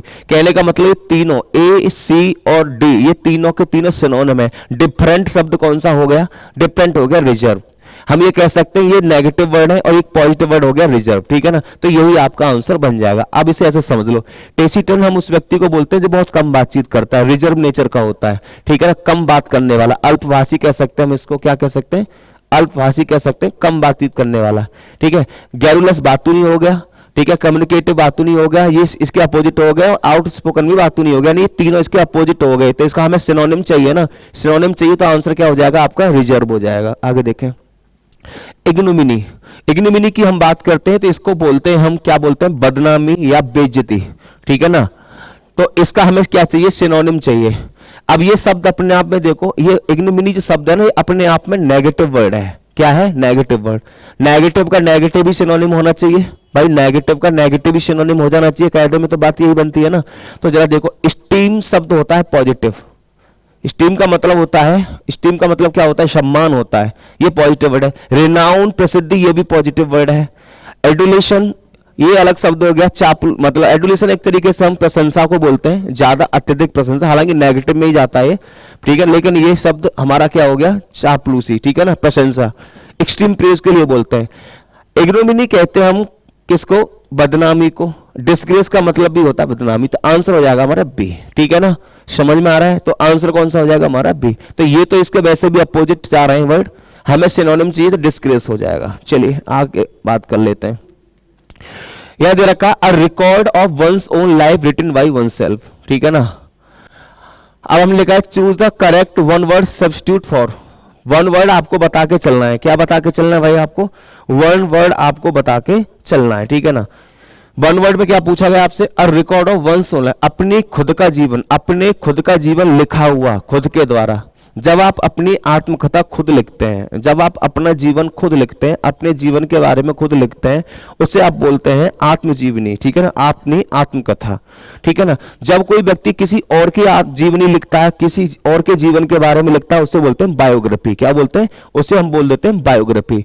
जब किसी दूसरे के बारे में लिखना होता है, जब अपने बारे में लिखना होता है तो उसे बोलते हैं ऑटोबायोग्राफी। आपका आंसर कौन सा हो जाएगा? डी, ठीक है। मेमोर आपका कहलाता है संस्मरण। जब आप अपनी जिंदगी के किसी एक पार्ट पर कोई भी बात लिखते हैं, अपने बचपन पर, अपनी कोई एक पार्ट, कोई लाइफ का होता है, उस पर कुछ लिखते हैं तो उसे बोलते हैं मेमोर, ठीक है। मेमोरेंडम आपका कुछ याद दिलाने वाली चीज हो जाती है। बायोग्राफी इसका हो गया किसी के द्वारा लिखा हुआ आत्मजीवन, मतलब किसी के द्वारा लिखी हुई जीवनी को क्या बोल देते हैं? बायोग्राफी बोलते हैं। आपका आंसर क्या हो जाएगा यहाँ पर? ऑटोबायोग्राफी। नेक्स्ट देख लेते हैं। A formal agreement between Nations, दो राष्ट्रों के बीच में, देशों के बीच में जब कोई संधि होती है, कोई समझौता होता है, आधिकारिक समझौता होता है, ऑफिशियल एग्रीमेंट होता है, उसको बोलते हैं ट्रीटी। तो आपको स्पेलिंग पूछ रहा है, which spelling is correct for a word meaning, यानी स्पेलिंग करेक्ट इसमें, तो TREATY ट्रीटी ये आपका सही होता है, ये गलत होता है। TREETY नहीं होता, TRETY नहीं होता, TRETY ये नहीं होता। आंसर हो जाएगा ट्रीटी। ट्रीटी का मतलब होता है कोई पैक्ट, समझौता। अग्रीमेंट कह सकते हैं हम इसका, क्या कह सकते हैं इसको? अग्रीमेंट कह सकते हैं, ठीक है ना भाई। आगे बात कर लेते हैं। आंसर क्या हो जाएगा हमारे यहाँ पर, ए हो जाएगा। ठीक है, नेक्स्ट देखो भाई, सी इज गुड इन डांसिंग। मैंने बताया कि गुड के साथ में गुड और बैड ये एडजेक्टिव्स होते हैं, ये होते हैं एडजेक्टिव्स। गुड और बैड ये दोनों वर्ड होते हैं आपके एडजेक्टिव, और इनके साथ में हम लेके चलते हैं एट प्रेपोजिशन। क्या लेके चलते हैं, एट प्रेपोजिशन। और किसी भी प्रेपोजिशन के बाद में वर्ब आती है आईएनजी फॉर्म में। क्या आती है, आईएनजी फॉर्म यानी जेरन। तो क्या हो जाएगा, गुड एट डांसिंग। क्या हो जाना चाहिए, गुड एट डांसिंग। आंसर हो जाएगा हमारा सी। आगे देख लेते हैं, आगे कह रहा है भाई, आगे लिखा हुआ है यहां पर, आगे लिखा हुआ है the study of human races, मानव वंश का अध्ययन, उसके ओरिजिन का अध्ययन और सोसाइटी का अध्ययन। ठीक है ना, पहले मानव कैसा रहता था, मानव जाति का अध्ययन क्या था, तो इसको पूछा जा रहा है आपसे। तो ये कहलाता है आपका एंथ्रोपोलॉजी। एंथ्रोपो शब्द आता है किसके लिए, पीपल के लिए। ठीक है, एंथ्रोपोलॉजी का मतलब मानव की उत्पत्ति कैसे हुई, मानव जाति की उत्पत्ति कैसे हुए, तो वो सारा कुछ इसमें बताया जाता है। ठीक है ना, समझ में आ गया। बाकी आर्कियोलॉजी शब्द होता है, ये प्राचीन चीजों का अध्ययन होता है, प्राचीन अवशेषों का खुदाई वगैरह का अध्ययन हो जाता है। सोशियोलॉजी समाज के अध्ययन हो जाता है। ये दो संस्कृतियों के बीच के तुलनात्मक अध्ययन को बोलते हैं एथनोलॉजी। ठीक है ना, हमारा आंसर क्या हो जाएगा सर, यहाँ पर ए हो जाएगा, एंथ्रोपोलॉजी। नेक्स्ट बात कर लेते हैं, आपसे सवाल पूछा जा रहा है पैसिव वॉइस में। Convert the sentence provided below from its passive voice structure to an active voice structure। यानी पैसिव वॉइस को आपको एक्टिव वॉइस में बदलना होता है। आई होप आपको पता होगा एक्टिव से पैसिव हम कैसे बदलते हैं, या फिर पैसिव से एक्टिव हम कैसे जाते हैं। अगर आप एक्टिव से पैसिव बना लेते हैं तो पैसिव से एक्टिव भी इजीली बना लेंगे। देखिए कुछ चीजें होती हैं, एक्चुअल में होता क्या है कि जब हम एक्टिव से पैसिव जाते हैं तो कभी भी कोई टेंस चेंज नहीं करते, पहली बात। ठीक है, टेंस कभी चेंज नहीं करते। ओके, ध्यान रखना है, कभी भी हम एक्टिव वॉइस से पैसिव वॉइस में सेंटेंस को कन्वर्ट करते हैं तो हमारा क्या टेंस चेंज नहीं होता। सर बात करते हैं, यहां लिखा हुआ हैड बीन। ठीक है, हैड बीन का मतलब हो गया ये पास्ट परफेक्ट हो गया। ठीक है ना, तो निश्चित ही हमारा एक्टिव वॉइस में जो सेंटेंस होगा ना वो पास्ट का ही होना चाहिए। किसका होना चाहिए, वो पास्ट का ही होना चाहिए, ये आपको याद रखना है। अब हम देख रहे हैं यहाँ पर वॉज बीइंग दे रखा है, ये तो बिल्कुल गलत हो गया। ये कॉन्टिन्यूस का कहां से आ गया, टेंस चेंज नहीं होता, ध्यान रखना है, मैंने बताया ना टेंस चेंज नहीं होता, ये बात आपको याद रखनी है। टेंस कभी आपको चेंज नहीं करना। आपने यहाँ पे लिखा विल पार्क, विल आता है फ्यूचर में, बात चल रही है पास्ट की, तो ये भी आपका आउट हो गया भाई सब, ये भी आपका आंसर नहीं होना चाहिए। आप बिल क्यों लगाओगे, बात फ्यूचर की थोड़ी चल रही है, बात तो पास्ट की चल रही है। ठीक है, टेंस चेंज क्यों कर रहे हो। यहां पे आपने द विजिटर पार्क्स, यहां पे पास्ट प्रेजेंट का इंडेफिनिट लगा दिया, आपने फिर अगेन टेंस चेंज कर दिया। भाई क्यों चेंज कर रहे हो आप टेंस, आपको टेंस चेंज नहीं करना। आंसर आपका ये भी हो गया, आपका गलत हो जाएगा, आंसर आपका एक भी गलत हो गया, आंसर हो जाएगा आपका B. The visitor had park, अब देखो विजिटर सब्जेक्ट हो गया, ठीक है ना, हैड पार्क आपकी वर्ब हो गई और द कार हो गया आपका ऑब्जेक्ट। अब हम इसका पैसिव बनाएंगे, कैसे बनेगा, ऑब्जेक्ट को सब्जेक्ट बना लेते हैं, तो हो जाएगा द कार, तो ये ऑब्जेक्ट यहां पर सब्जेक्ट बन गया द कार। अच्छा ये हैड दे रखा है प्रेजेंट, अब जब जैसे हम हैड, अब तुमने पढ़ा होगा रूल कि हैज हैव और हेड के बाद वर्ब की थर्ड फॉर्म आती है। हाँ, पैसिव बनाओगे तो हम बीन लगा देते हैं, क्या लगा देते हैं, बीन लगा देते हैं पैसिव में, तो हो जाएगा हैड बीन। तो यह हैड बीन ही दे रखा है, इसलिए हमारा आंसर कौन सा हो जाएगा, बी।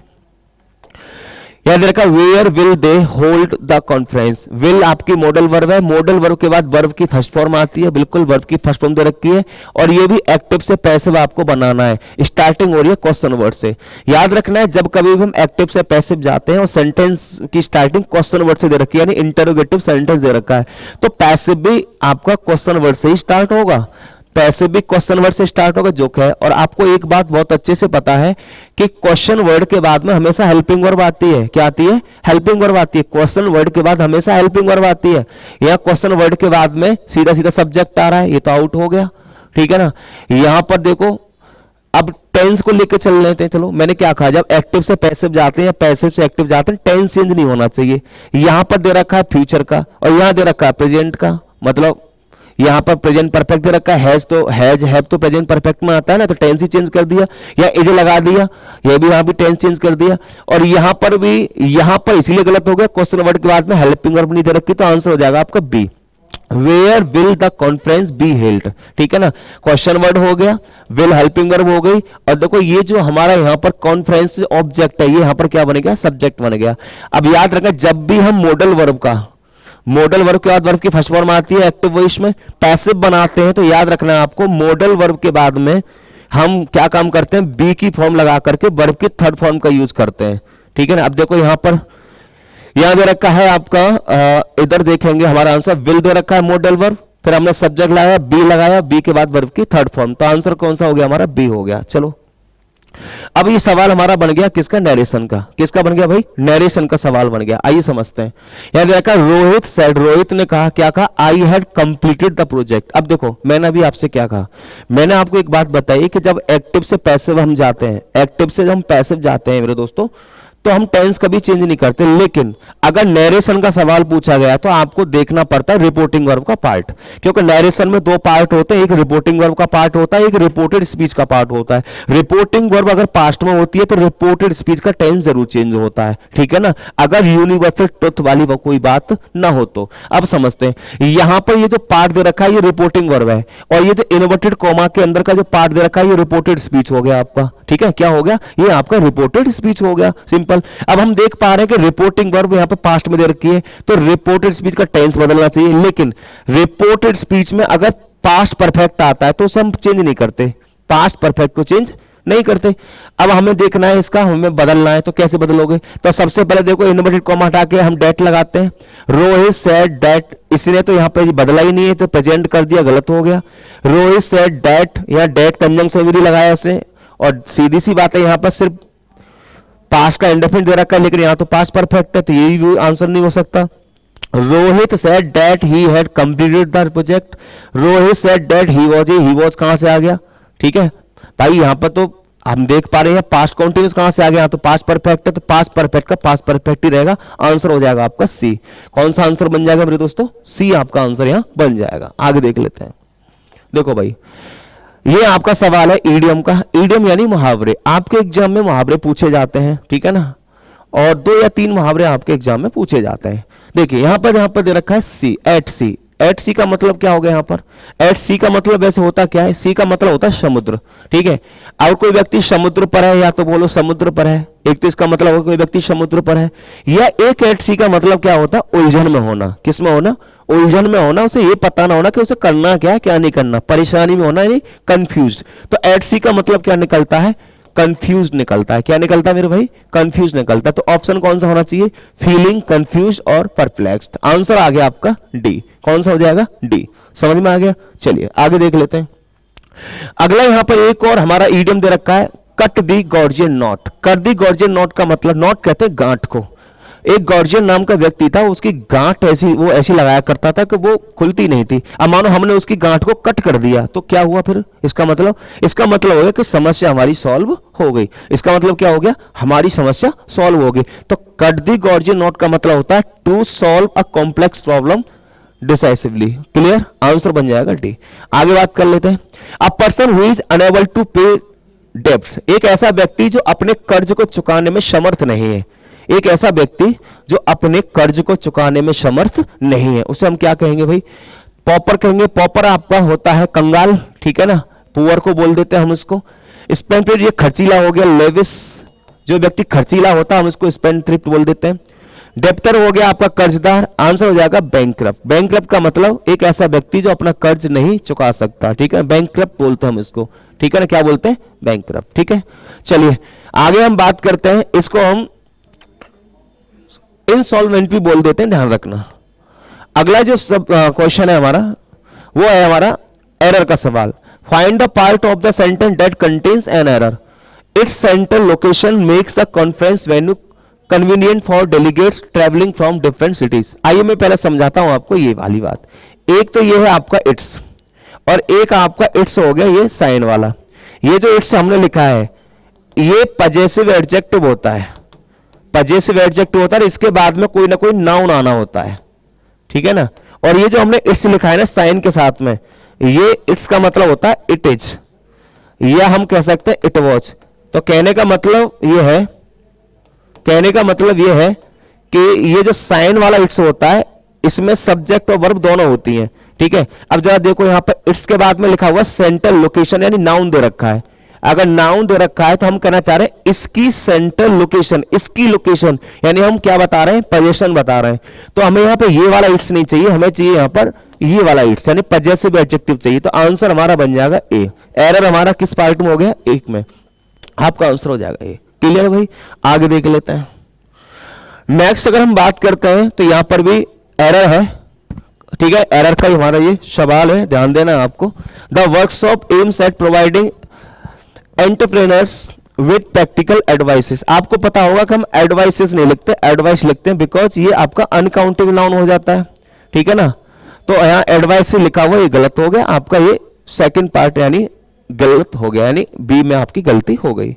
चलिए, रेवरेंस कहते हैं सम्मान को, श्रद्धा को, ठीक है। रेवरेंस बड़ा पॉजिटिव वर्ड होता है, ये एक पॉजिटिव वर्ड है भाई, ठीक है ना। और इसका एंटो बताना है आपको, ये पॉजिटिव वर्ड है तो नेगेटिव इसका एंटो होना चाहिए, ठीक है। रिस्पेक्ट भी अपने आप में कैसा वर्ड है, पॉजिटिव वर्ड है, तो ये तो एंटो नहीं हो सकता इसका, ठीक है। डिवोशन भी पॉजिटिव वर्ड है, ये भी इसका एंटो नहीं हो सकता। वर्शिप भी पॉजिटिव वर्ड है, ठीक है। वर्शिप भी क्या है, ये एक पॉजिटिव वर्ड है, ये दोनों पॉजिटिव वर्ड है, ये भी पॉजिटिव वर्ड है, तो ये एंटोनिम हो सकता। कंटेम्प्ट कहते हैं तिरस्कार, घृणा, नफरत, यही आपका नेगेटिव वर्ड है। तो ये पॉजिटिव है, पॉजिटिव का नेगेटिव अपोजिट होगा, तो आंसर आपका सी हो जाएगा। आप समझ लो दूसरे तरीके से। रेवरेंस कहते हैं हम आदर सम्मान को, ठीक है ना।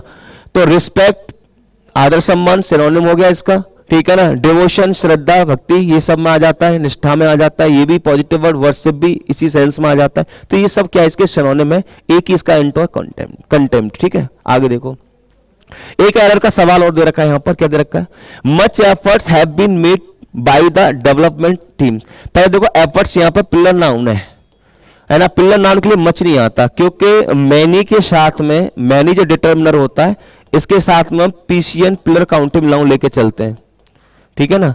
और मच के साथ में हम लेके चलते हैं अनकाउंटेबल नाउन, क्या लेके चलते हैं, यूसीएन अनकाउंटेबल नाउन लेके चलते हैं, किसके साथ में, मच के साथ में।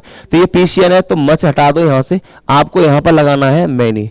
क्या लगाना है, मैनी। तो किस पार्ट में प्रॉब्लम हो गई, ए में। नेक्स्ट देख लेते हैं। अब ये सवाल हमारा पैसेज का आ गया भाई, ये सवाल हमारा किसका आ गया, पैसेज का आ गया, ठीक है। अब पैसेज में आपको देखना है, यहां पर पहले पढ़ना है इसको एक बार, तब जाकर के आप आंसर तक पहुंचेंगे। यहां पर ऑप्शन देख लो एक बार, ऑप्शन में दे रखा है इनसिग्निफिकेंट दे रखा है। इनसिग्निफिकेंट का मतलब होता है नॉट इंपोर्टेंट, नेगेटिव वर्ड हो गया। पॉइंटलेस का मतलब होता है व्यर्थ, नेगेटिव वर्ड हो गया। कस्टमाइजिंग अलग ही वर्ड हो गया, कस्टमाइज करना किसी चीज को। रिवॉर्डिंग पॉजिटिव वर्ड है, तो ये पॉजिटिव वर्ड हो गया हमारा यहाँ पर, ठीक है ना। ये दोनों आपके देखा जाए तो नेगेटिव वर्ड हो गए। अभी पॉजिटिव नेगेटिव के आधार पर हम देख लेते हैं यहाँ पर। अब क्वेश्चन को पढ़ लेते हैं। लर्निंग अ न्यू लैंग्वेज, किसी भी भाषा को सीखना, कैन बी चैलेंजिंग, चैलेंजिंग तो हो सकता है, चुनौती भरा हो सकता है। भाई नई भाषा सीखोगे तो चुनौतीपूर्ण हो सकता है, बिल्कुल हो सकता है। नई भाषा को सीखना चुनौतीपूर्ण हो सकता है, लेकिन अब बट बोल रहे हो। अब कभी भी हम बट का यूज करते हैं ना, तो याद रखना, अगर हम कभी भी बट का यूज करते हैं मेरे भाई, तो बट से पहले पॉजिटिव होगा, तो बट के बाद में क्या आना चाहिए, नेगेटिव स्टेटमेंट आना चाहिए। अगर बट से पहले अगर नेगेटिव स्टेटमेंट है, तो बट के बाद में कैसा बन जाएगा, पॉजिटिव स्टेटमेंट आ जाना चाहिए।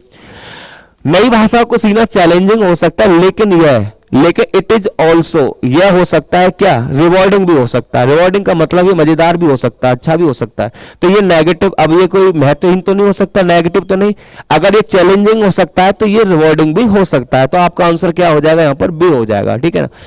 Learning a new language can be challenging but it is also rewarding. It can open up new opportunities, और नई भाषा का सीखना एक नए अवसर को खोल सकता है कम्युनिकेशन के लिए, ठीक है ना, और कल्चरल एक्सचेंज के लिए, सांस्कृतिक, ठीक है, सांस्कृतिक हम कह सकते हैं बोलचाल के लिए, या भाषा के लिए, भाषा बोलचाल के लिए नए अवसर क्या कर सकता है, खोल सकता है। आगे देखते हैं क्वेश्चन, देखो आगे यहां कह रहा है यहाँ पर, it can open up new opportunities for communication and cultural exchange.